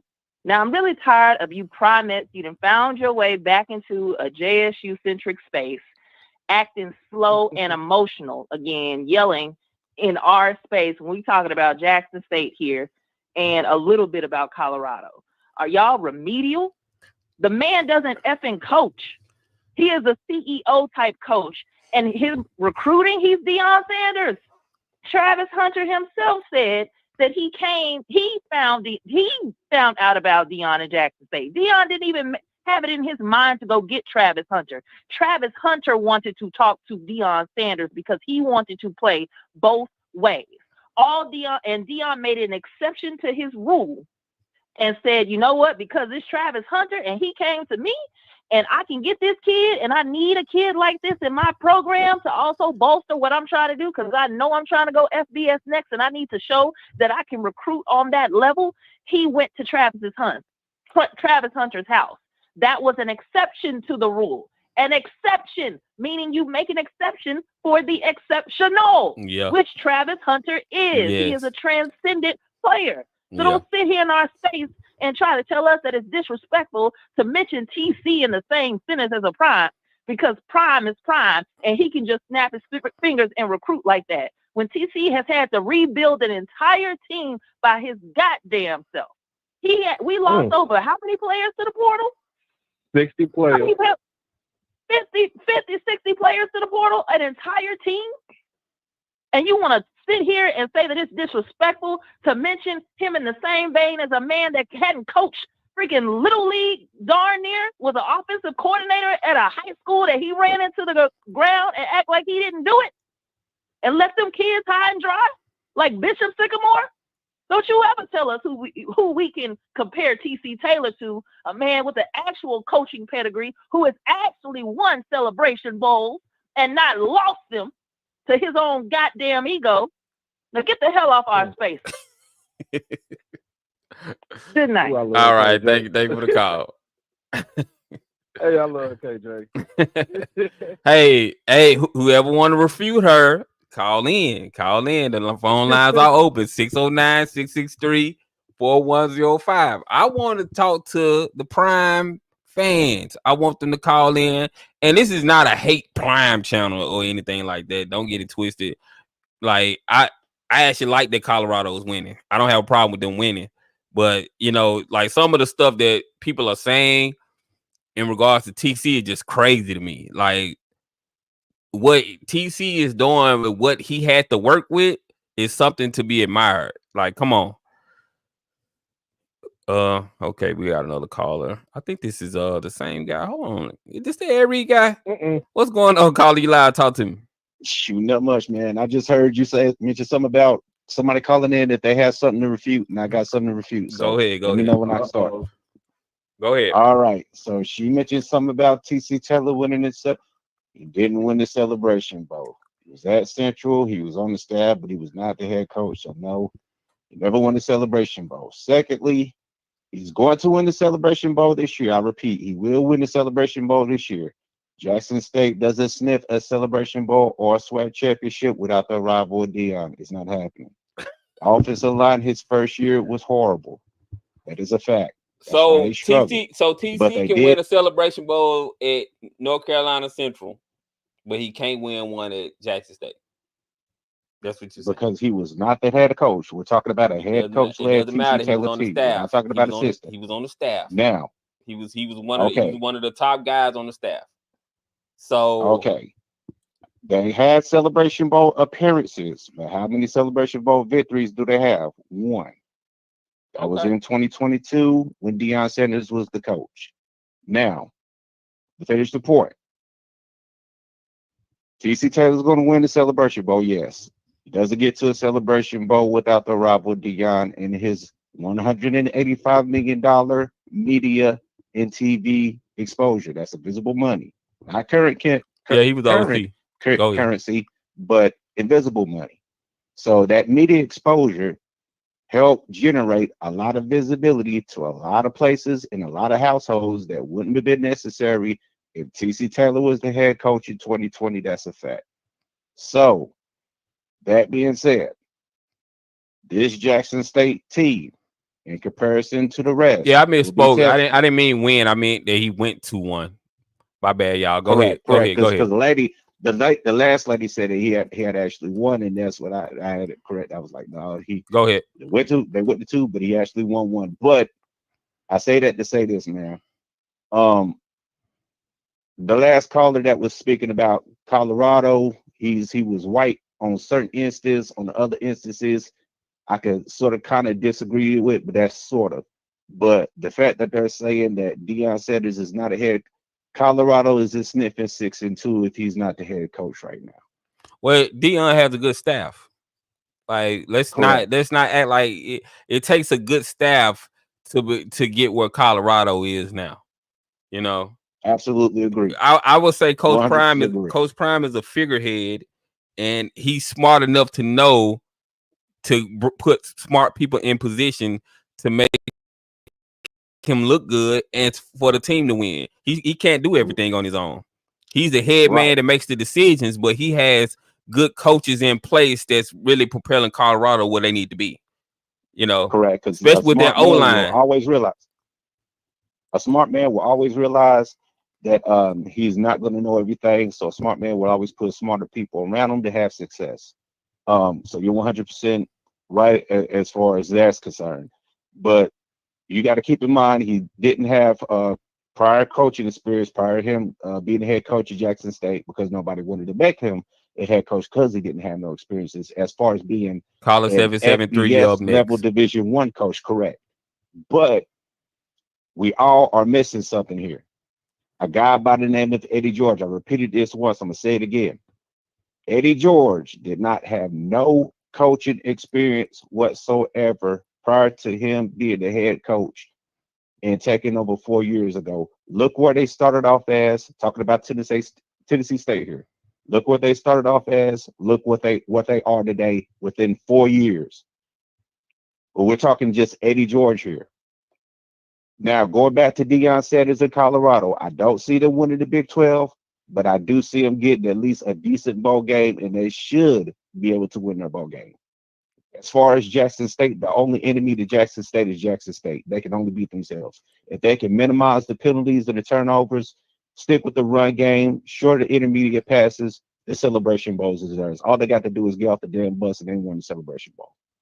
All right, thank you for the call. All of this is possible. All of this is possible though, because Deion Sanders was the head coach. If he was never on Jackson State Stadium on campus, they would not have a shot. All right. Anybody with logical sense knows this. You have a good one. All right. I'm gonna let them down there here. I'm gonna let them down there here. Hold on, let me get to the next. I disagree on that. I disagree on that one. Yeah, but that's what he think. He free to think it. What's going on, Carly? You live, talk to me. Hello. Hey, yes, this is Wendell. And I've been following Dion probably since he was coaching kids in school. And the lady before, and a lot of people, they got mad at Dion because he left. Okay, but he brought a lot of attention and he brought a lot of money towards Jackson State. And he also rebuilt the practice field and bought a lot of new equipment because of his name. That's just who he is. People felt betrayed when he left, but he was getting paid $150,000 to coach at Jackson. He got an opportunity to make $5 million a year, and That's not true. he real money. Now That's not Jackson, Dion had to pay people out of his pocket, and he didn't just take one player. He took a lot of players from Jackson State to a Power 5 program. Plus, he brought black coaches that would have never had a chance to be at a Power 5 if it wasn't for Dion. What he's doing, and if I'm not mistaken, more black universities, HBCUs, are being on television more for anything other than the band. It was a time you couldn't even catch a HBC black college. And I've been to Jackson State and I've been to others. And our programs, we're our enemies of our own programs. Now we'll show up for the homecomings, we'll show up for everything. But when it comes to money and stuff and skimming, we do that to ourselves too. Plus, we let a lot of outsiders interfere with the income. We don't get the sponsors. We don't even get the respect Dion going to a Power 5 with colleges with students from HBCUs, he has brought recognition where these people that have shut down HBCUs and don't give them the credit that they deserve, because before the white colleges started accepting us, all we had was HBCUs. And those schools have put a lot of people into the pros. That's like Coach Eddie Robinson. But there's been a lot of black coaches that don't get the attention, like my man said, Eddie George. He's done a lot. And there's other black coaches that's been in there. But don't get mad. I got a question for you. Yeah, go ahead. So you said that Prime was paid $150,000. That's not true, right? Like Prime would never work for $150,000. He never worked for $150,000. He got his whole net worth is more than that. Really, at the end of the day, Prime, I'm gonna tell you, Prime statewide he made $350,000. He also excuse me, you're right. It was $350,000. It was $350,000. But he also had a lot of sponsors that also paid him close to $2 million for his two years. He had a lot of what? Being at that state. He had a lot of what paying him? Sponsors paid him also to get to where he wanted to be at. He paid close to $2 million. Yeah, right? That's because of who he is, not because he was at Jackson State. It was because of who he is. And he's done these programs with there's a lot of stuff. See, what I'm saying is I've been following black colleges, and because I'm black, and they have done a good job. But the problem is we don't get the funding or the sponsorship or the recognition that we should get. That's not because of Dion. And what Dion did was open it up. In fact, the Shador even said the way he was treated by the white media, they don't even give black colleges the credit. We don't even get draft picks from the black, they don't choose us. We have to force our way in. What Dion did, he opened up and brought recognition to the schools with his stardom and with who he is. A lot better than some of us, not because they're not good coaches, but because they just don't have that, and he knows how to network that. So he's opened up a program, and a lot of colleges that he has, they have done better, black colleges, since when he came in, like the gentleman before me. But the lady is just looking at it one side, and she's saying that he ain't done a damn thing. You can only have good coaches around you, like Warren Sapp came to Colorado, but he brought black coaches. Analyst. Huh? He's an analyst. He's not a coach. He's an analyst. He's been coaching since Pee Wee football. Well, he's not actually a coach at Colorado. He's an analyst. He's an analyst. But he probably blurred the lines a little bit. You know what I'm saying, with his position. I don't see how y'all go to say he's an analyst. He's more than that, man. He's a lot of things. He's not just he's not just, that don't even make sense. He does a lot. The truth don't make sense.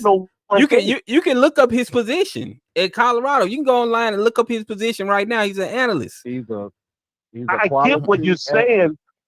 Yes, he is. But what I'm saying is he was a coach in the beginning, and that's what he does. Like, he's not gonna leave. He brought recognition. He opened up. There's attention being paid to black colleges because of Deion Sanders that wasn't getting paid before. The only thing, football, for a long time, the black colleges been neglected by the NFL. And they've been, like, about to say, Tennessee State. And George can tell you this. What you got in that bottle? You got some Mad Dog in that bottle right there? Brother, all I'm saying, there ain't no need to get nasty. We're gonna let us finish the point. Go ahead, brother. All I'm saying is, Eddie George can tell you this. Tennessee State. The state owes Tennessee State money that they're holding. Where black colleges get screwed in a lot of ways, and that's by outsiders.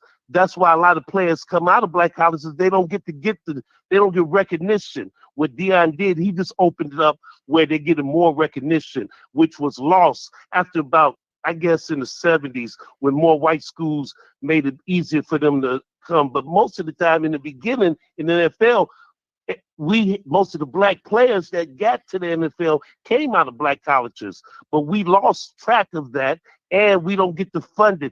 Plus, there was a lot of third dipping. Perfect example. I'll give you one example. They had a contract, and that contract was a middleman. In other words, instead of the gym shoe people, the athletic shoe people giving the money right to the school, there was a guy in the middle taking his cut. It's just like when he had a full stadium, they said he had 20,000, but as far as what came in, but the books were short. There's a lot of little things a lot of raggedy things that were done, and that didn't come from Dion. Dion did a lot, and he's still doing a lot, and he took 2 girls, one of them from my hometown, Chicago, with him as trainers, students to Colorado. They're still there now, getting their degree, and they're also getting more recognition. And a lot of black colleges getting more recognition because white people are slow anyway. They're like, oh, there are a lot of good players, but they weren't coming down.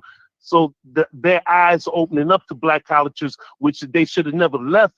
Their eyes should have always been paying attention, but it's for some reason, it's like we don't, white people feel that we can't do anything unless they're with us. So Dion has opened up a lot of doors. That's all I'm saying, bro. But JCU, the coach that's there now, he's a damn good coach. And whether he wins the Celebrity Bowl or not, they're doing a hell of a lot better than they've done in a few years since Walter Payton left there. All right. And you know what I'm saying? Yeah, so I'm just saying there's you can't throw touch Dion out because he done moved on. He's made it available for more black coaches to get hired in the Power 5, the bigger colleges. But at the same time, there's recognition from the there's recognition going to the HBCUs more so because they're looking at, a lot of people didn't even hear Jackson State. I mean, outsiders. I'm not talking about black people. I'm talking about the white world. I'm going to get to the next call. Thank you for the call, brother. All right. Got to get to the next call. I had to land your plane. Get to the next caller. What's going on, Carly Live? Talk to me. SWAC bud. Hey, what's going on? Hey man, what you paying them callers to call in and talk crazy like that for? I ain't paid them nothing. It's Halloween. I need to know. It's almost Halloween, man. It's almost Halloween. maybe you can refresh my memory and my history. But before Coach Sanders came to Jackson State, did Jackson State have 4 NFL Hall of Famers? Yeah. That's true. Did Mississippi Valley have 2 NFL Hall of Famers? That's true.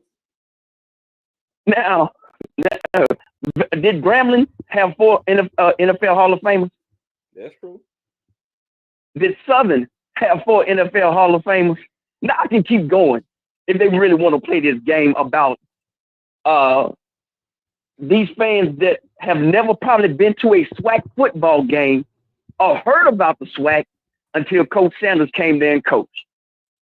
What these what these callers don't understand is there's a history of SWAC football that themselves need to go research before they get there and say Coach Sanders came there and shined the light on HBCUs and yes sir, we's a freeze now boss and we's gonna make it to the big Power 5 now.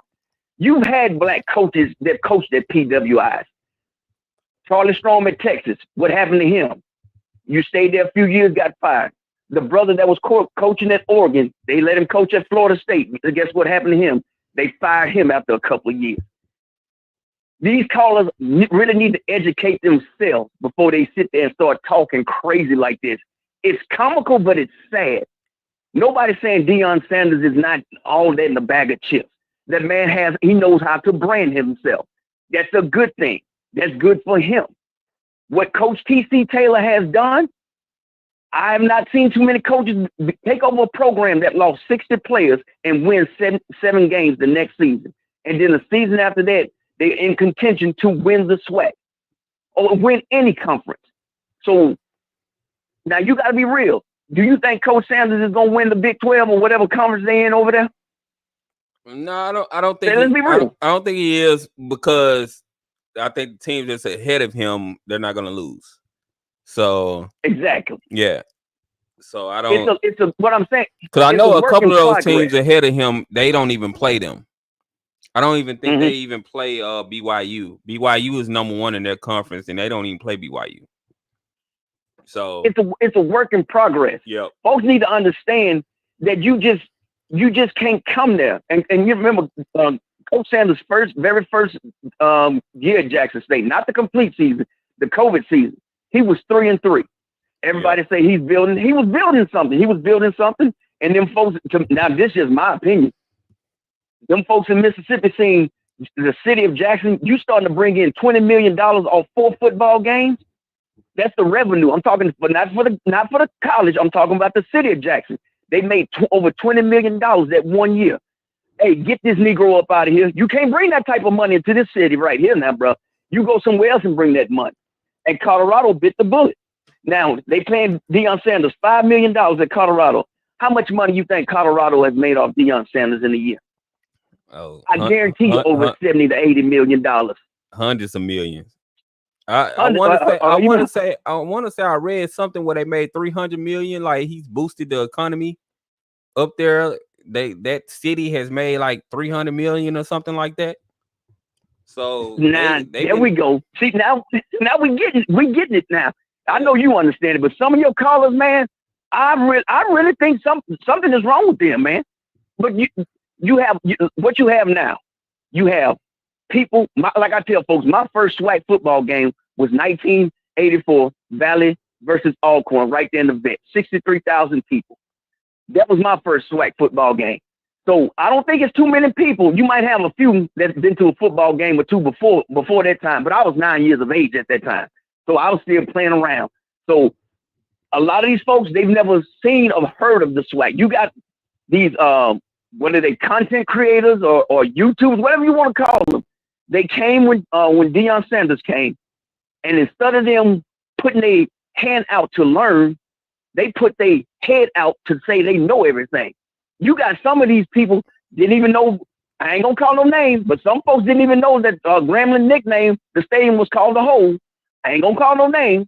And there's a few other classes that they didn't know about, or they didn't understand how the SWAC did division play. I ain't gonna say no names, but y'all know who the hell I'm talking about. Your listeners do. I know they do. But bruh, I just had to call in because I'm sitting here. I'm damn about to throw my yak out because I said I don't even know if I want to laugh, cry, scratch my head, or just go to bed. But y'all have a good night, my brother. All right, thank you for the call.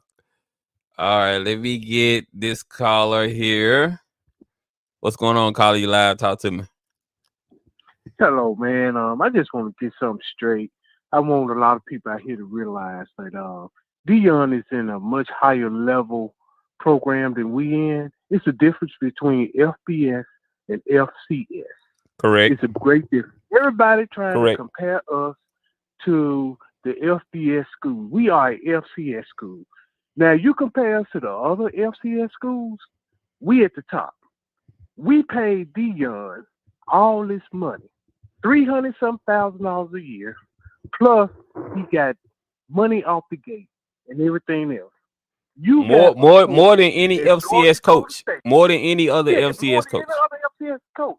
You got a coach at North Dakota State that's been winning the national championship year after year after year, and was not making he was only making $200,000 a year. So you got to look at that. You know, we made Dion the highest paid coach. Of course, we can't pay him millions. His plans was not to stay at Jackson State.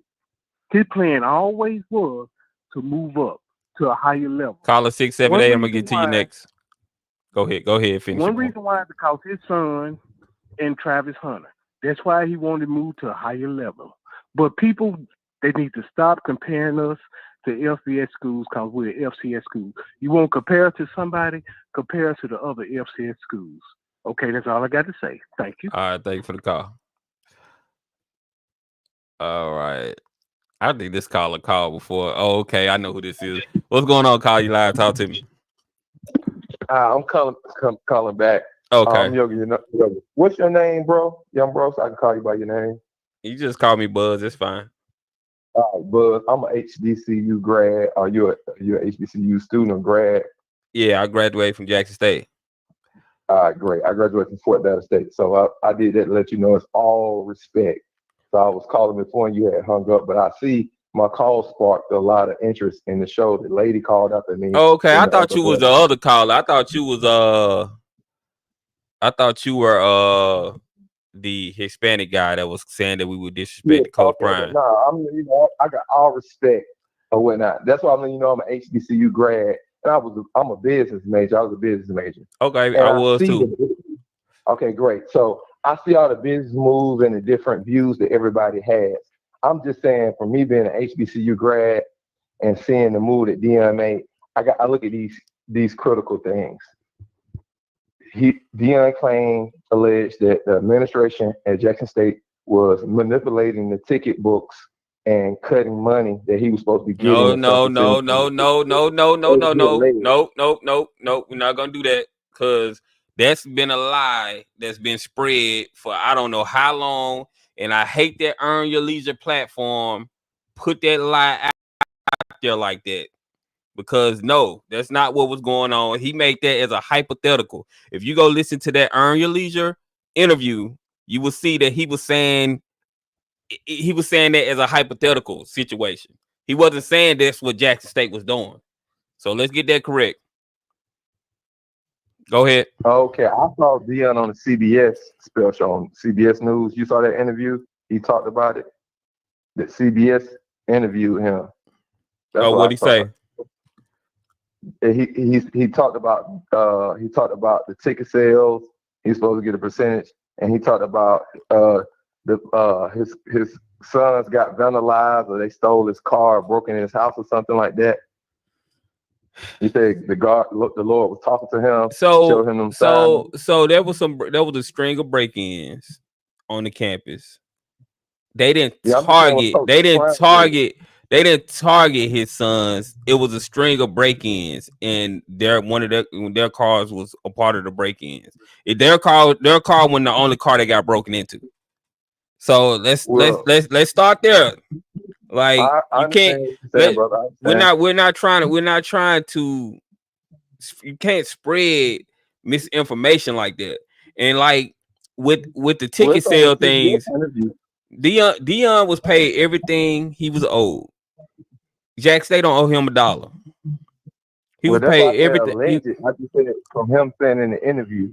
I'm not saying that this is fact, and that's what I want to point out. I'm not saying that this is fact. I just looked at Dion in the CBS interview, and this is what he alleged in the interview. It's not, that's why I say he alleged this in the And if you think stuff ain't happening on the Colorado campus, they just ain't gonna say nothing about it. But we like you think if you think stuff is not happening, stuff happens on every college campus. It doesn't matter if it's a PWI, if it's a HBCU or whatever. Stuff happens on every campus, and just like they were ticketing Shadur, they making money. They making money off the players in Colorado. They putting $3,000. What Cam Silverman said he had $3,000 in tickets. Come on now. Yeah, you're right. You're right. Now let me point this out about Coach TC. That is great coaching.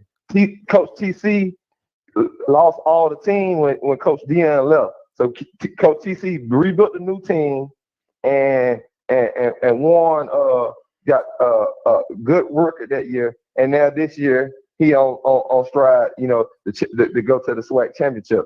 So Coach TC, I want to give the focus and give some of my focus to Coach TC because that is remarkable and that is a major move to pick up. And then to pick up after such a big polarizing coach, after Coach Prime with all the drama when he left and all that, and to stay focused and guide and ship the right way. And so we got to give big kudos to Coach TC. And I'm saying this from my heart to the young lady who called after me, and she was saying that Coach Prime don't build people and he leave people wrecked and stuff. No, he passed the torch to Coach TC, and Coach TC is doing a better job than Coach Prime did because Coach Prime got the team, Coach TC making the turnaround faster. So I have to point that out and whatnot. And one more thing, the Prime effect is so great still that you even have Coach Prime and Coach TC up on your thumbnail, and that's what made me call in. So he does have a positive effect still on Jackson State.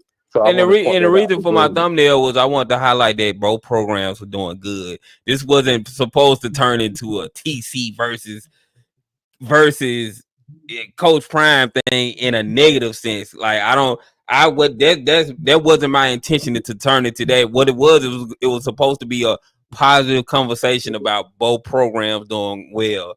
But some people wanted to call up and rehash old stuff, in the way Coach Prime left and things like that.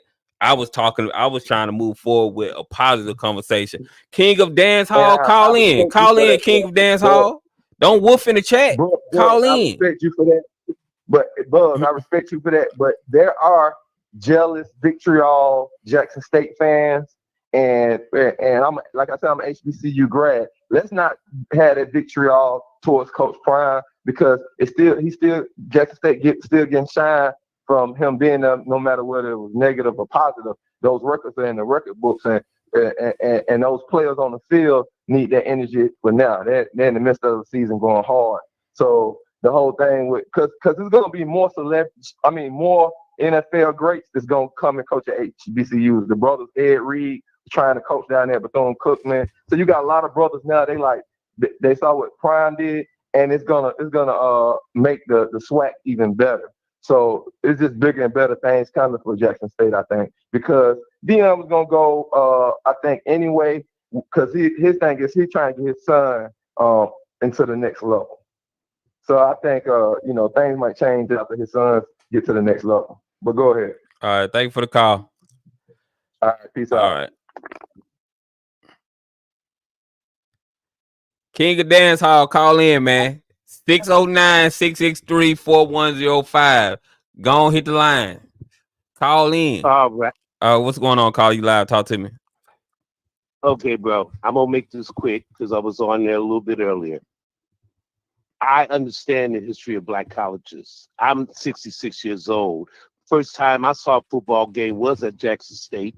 I was going to a little school in Lexington, Mississippi called St. Junior College. We went up there to watch the game, and Walter Payton was playing, and he had an older brother, Eddie Payton. Doug Williams is from a black college. Night Train Lane. There's thousands of black college NFL stars that came out. About what I'm saying is the NFL don't.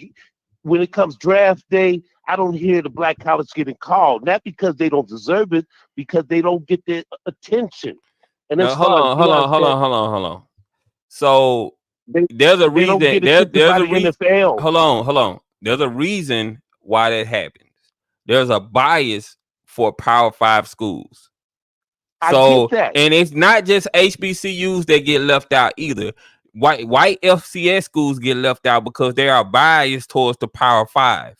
So yes, sir. You have to be someone that's like super duper exceptional to get drafted. And then even when you're an exceptional HBCU player, they'll think, okay, we could get them after the draft as a free agent instead of getting them in the draft. But as long as you get that opportunity, that's good. Just like Isaiah Land, play for the Coast now. Marquise Bell, he plays for the Cowboys.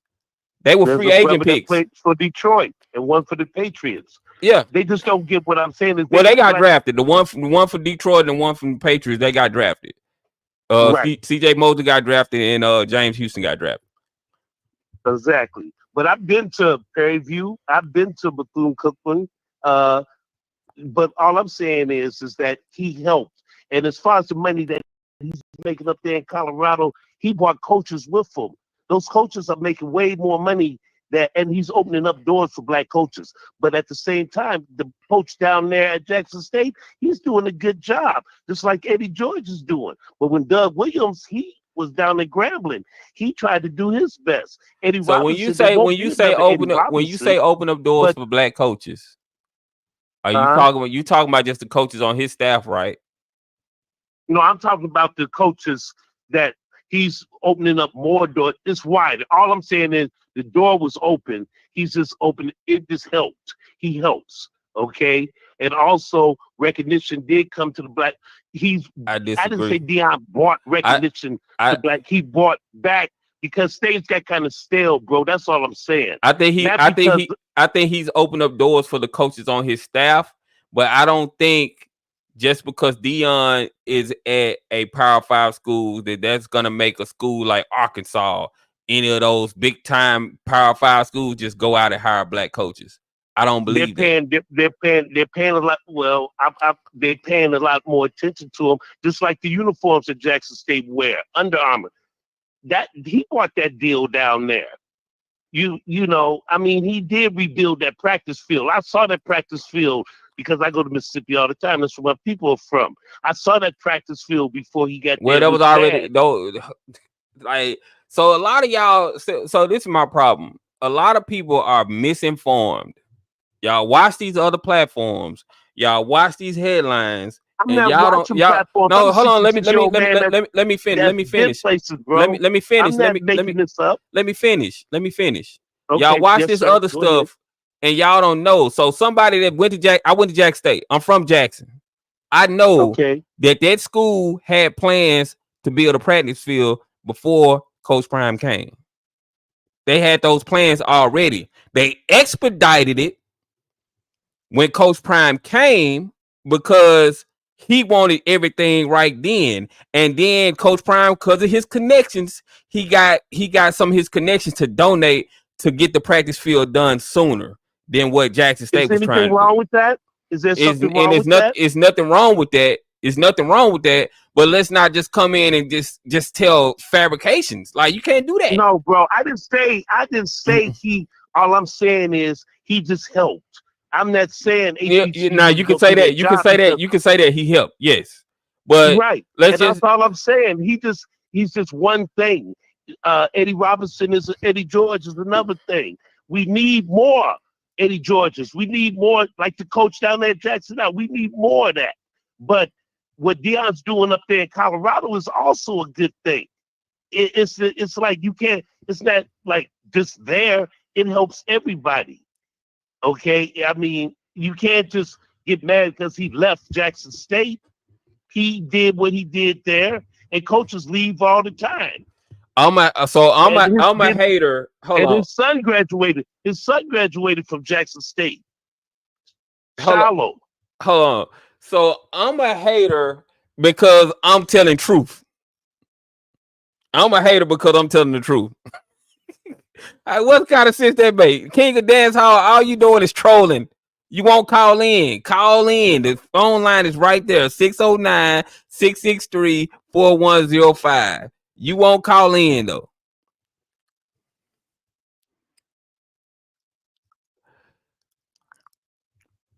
What's going on? Call you live. Talk to me. Hey, this is Jerome from Charlotte again. Okay. I just want to take the time to clear up a couple of misinformation. Number one, the upgrade to the facility that was actually paid for in 2019. And if anyone doesn't believe me, you can actually Google it. It was actually paid for by increased student fees. The SGA at Jackson State put it up for a campus-wide vote, and the student body agreed to have increased student athletic fees to pay for all the upgrades to the Walter Payton complex. And you can actually Google it.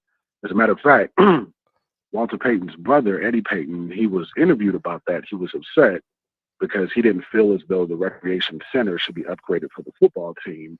That wasn't the purpose of that center. Number two, when it came to the practice field, that Walmart donated that money, all of y'all don't know. FAM took half of that money and made the JSU alumni pay for the other half. That's what a lot of y'all don't know. None of that money, anything that was done for the practice field, that wasn't by Prime. It was a donation by Walmart, and he took half of that as some type of a tax credit or like his cut. Number three, when he made the claim that he was donating half of his salary to Jackson State to finish the upgrades, all that stuff was already paid for. Keep in mind, back in 2019. If you look every public university And I want y'all to hear me clear because a lot of y'all do not use critical thinking. Right. If you're a public institution, every donation that is made to the school is online. I've got screenshots from 21 and 22 of all the donors who ever made even a penny donation to Jackson State. His name is not listed in either year. He didn't donate anything to Jackson State. If he actually wanted to have a direct impact for Jackson State financially, what he would have done is advocated and promoted JSU's annual Day of Giving. If you go back to any Day of Giving, you don't see any posts on his social media pumping that up for people nationwide to send money for scholarships at Jackson State. So y'all can heal all this misinformation. I'm donated half the salary. Show me the receipts. You can Google it. It's online.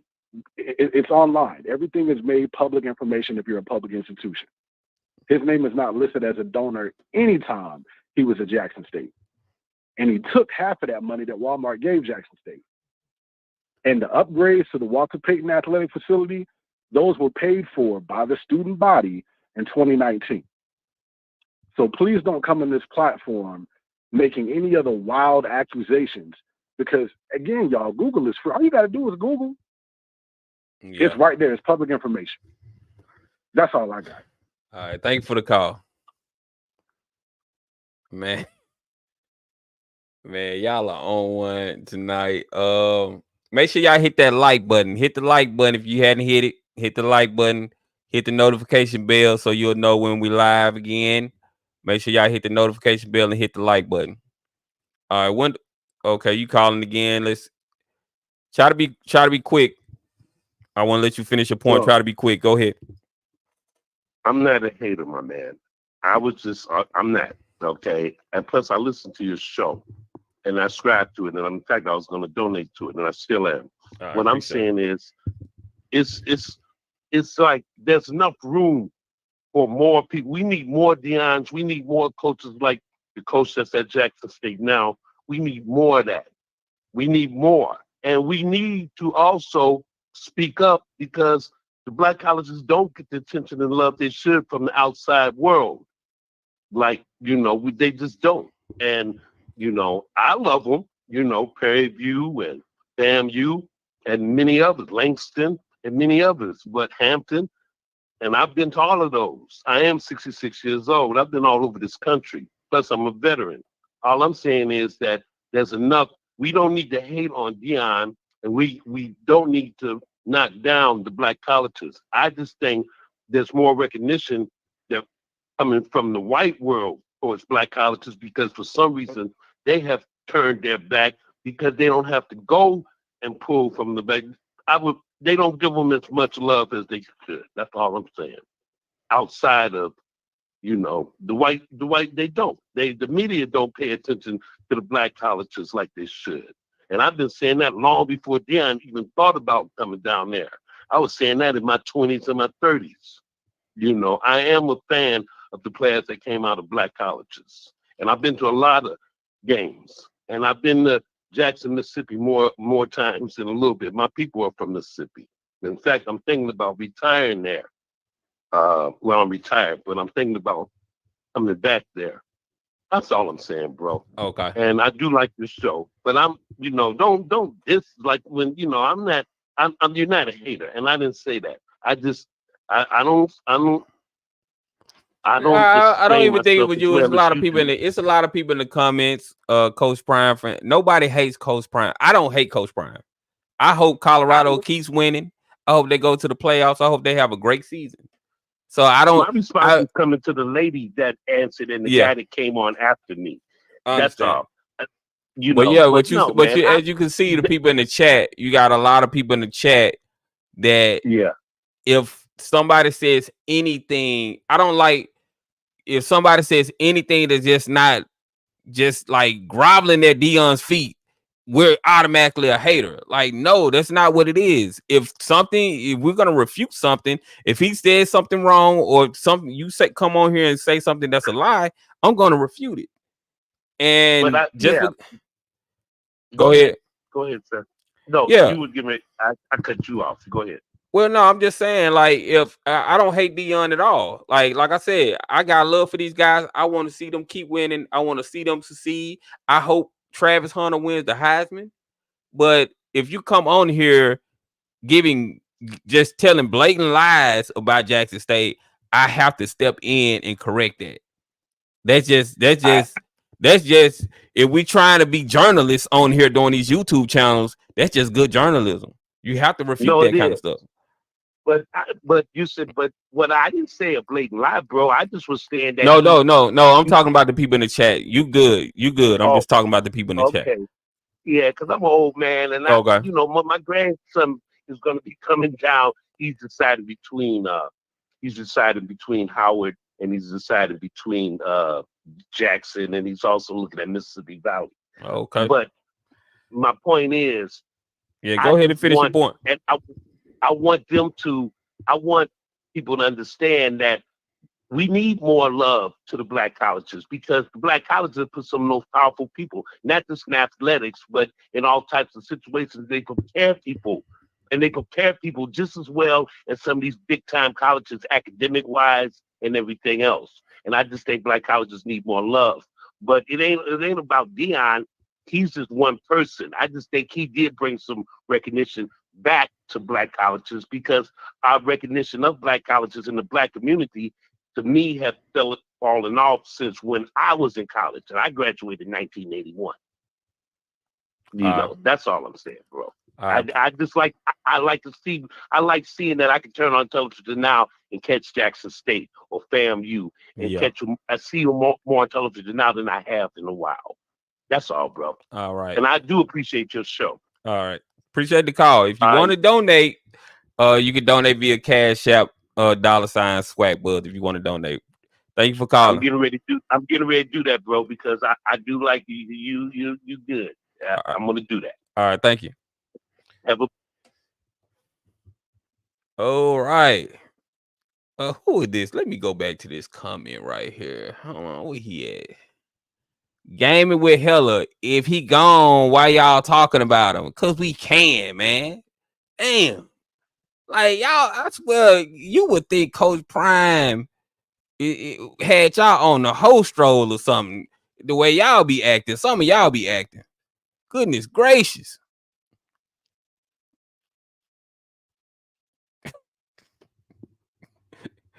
Let me stop.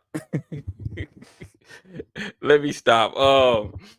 Coach Prime brought that program back to relevant, simple, and why is it so hard for JSU? Why is it so hard for JSU people to admit it? Nobody said he didn't. Nobody said he didn't, man. Goodness gracious. Goodness gracious, man. Like people have gave Coach Prime his props. People die, right? Man. But anyway, y'all, we've been over here 2 hours and now somebody want to call as soon as I get ready to get into my end spiel. Hold on, give me 1 second. I'm gonna get this caller right here. What's going on, caller? You live? Talk to me. Hey, I just want to say, I know that your live was going on a different topic tonight, but I'm glad it went here because a lot of misinformation is being cleared up tonight, even though they still going to run with the misinformation and spread it. And every time you tell the truth, they want to call you a hater because it's like, no, because we want to have a reason that why Dion left. We trying to justify the reason he left. It's like, no, y'all just keep on spreading this misinformation to bring down HBCUs, just to bring up one individual. And we're not mad that he left. We mad how he left. Because as soon as he went over there, it's like, oh, Rick George's a good man. He's a good man. We're gonna make sure these players say, yes, ma'am, yeah, no, ma'am, and open the doors for these people up here. Yeah, we pray for Rick George. We came from hell. And it's not that we hate him, it's just disrespectful the way that he left. Because I feel like Jackson State gave him a chance to even be at the FBS. Yeah. I mean, I'm really over all that. I just don't like that Cause they don't just do this stuff over here on our channels. They go on their channels and talk about Jackson State and talk crazy about Jackson State. We do not hate Coach Prime. Let me tell y'all that, Coach Prime fans, if y'all in the chat, we do not hate, and the ones that's gonna listen to the playback, we do not hate Coach Prime. We want Colorado to do good. Stop coming harassing us, talking about we're hating on Coach Prime. No, we're not. We want them to do good. We want Travis. We want Shador. We want Shiloh. We want all those guys to be successful. Only problem Jackson State people had with Coach Prime was the dust that was kicked up when he left. Oh. And guess what? Now that TC is doing good, they ain't worried about nothing. Because Jackson State gonna keep winning. And they're gonna keep this thing. TC is a young coach. TC got about 15 years he can be at Jackson State if he want to. Now a bigger school can come out to TC if they want to, if he starts winning. But even then, I think Jackson State will have the cachet to get another good coach in there. Jackson State is set. They good. So that's just what I think, man. Yes, sir. And I much love to Austin, because he's doing the thing. Without Austin, like TC Taylor, Austin, and the caller KJ, I'm glad she called in tonight. She getting them right. Yeah. But I'm gonna leave the chat, and thank you for this live tonight. All right, thank you for the call. Trust me, y'all be on those Colorado channels. Y'all be over there talking about Jackson State. Like, come on, y'all be over there talking about Jackson State. Y'all be talking crazy about Jackson State. But I don't even believe it's really Colorado fans. I think it's just Dion fans that do that. Because Dion fans don't really have an allegiance to any school. They just Dion fans. So if he go to Florida State, they're going to be right over there with them. They're going to go to Florida State, and they're going to talk about Colorado when if Dion go to Florida State, or if he leave and go somewhere else. They're going to be crapping on Colorado. They just Dion fans. That's all it is.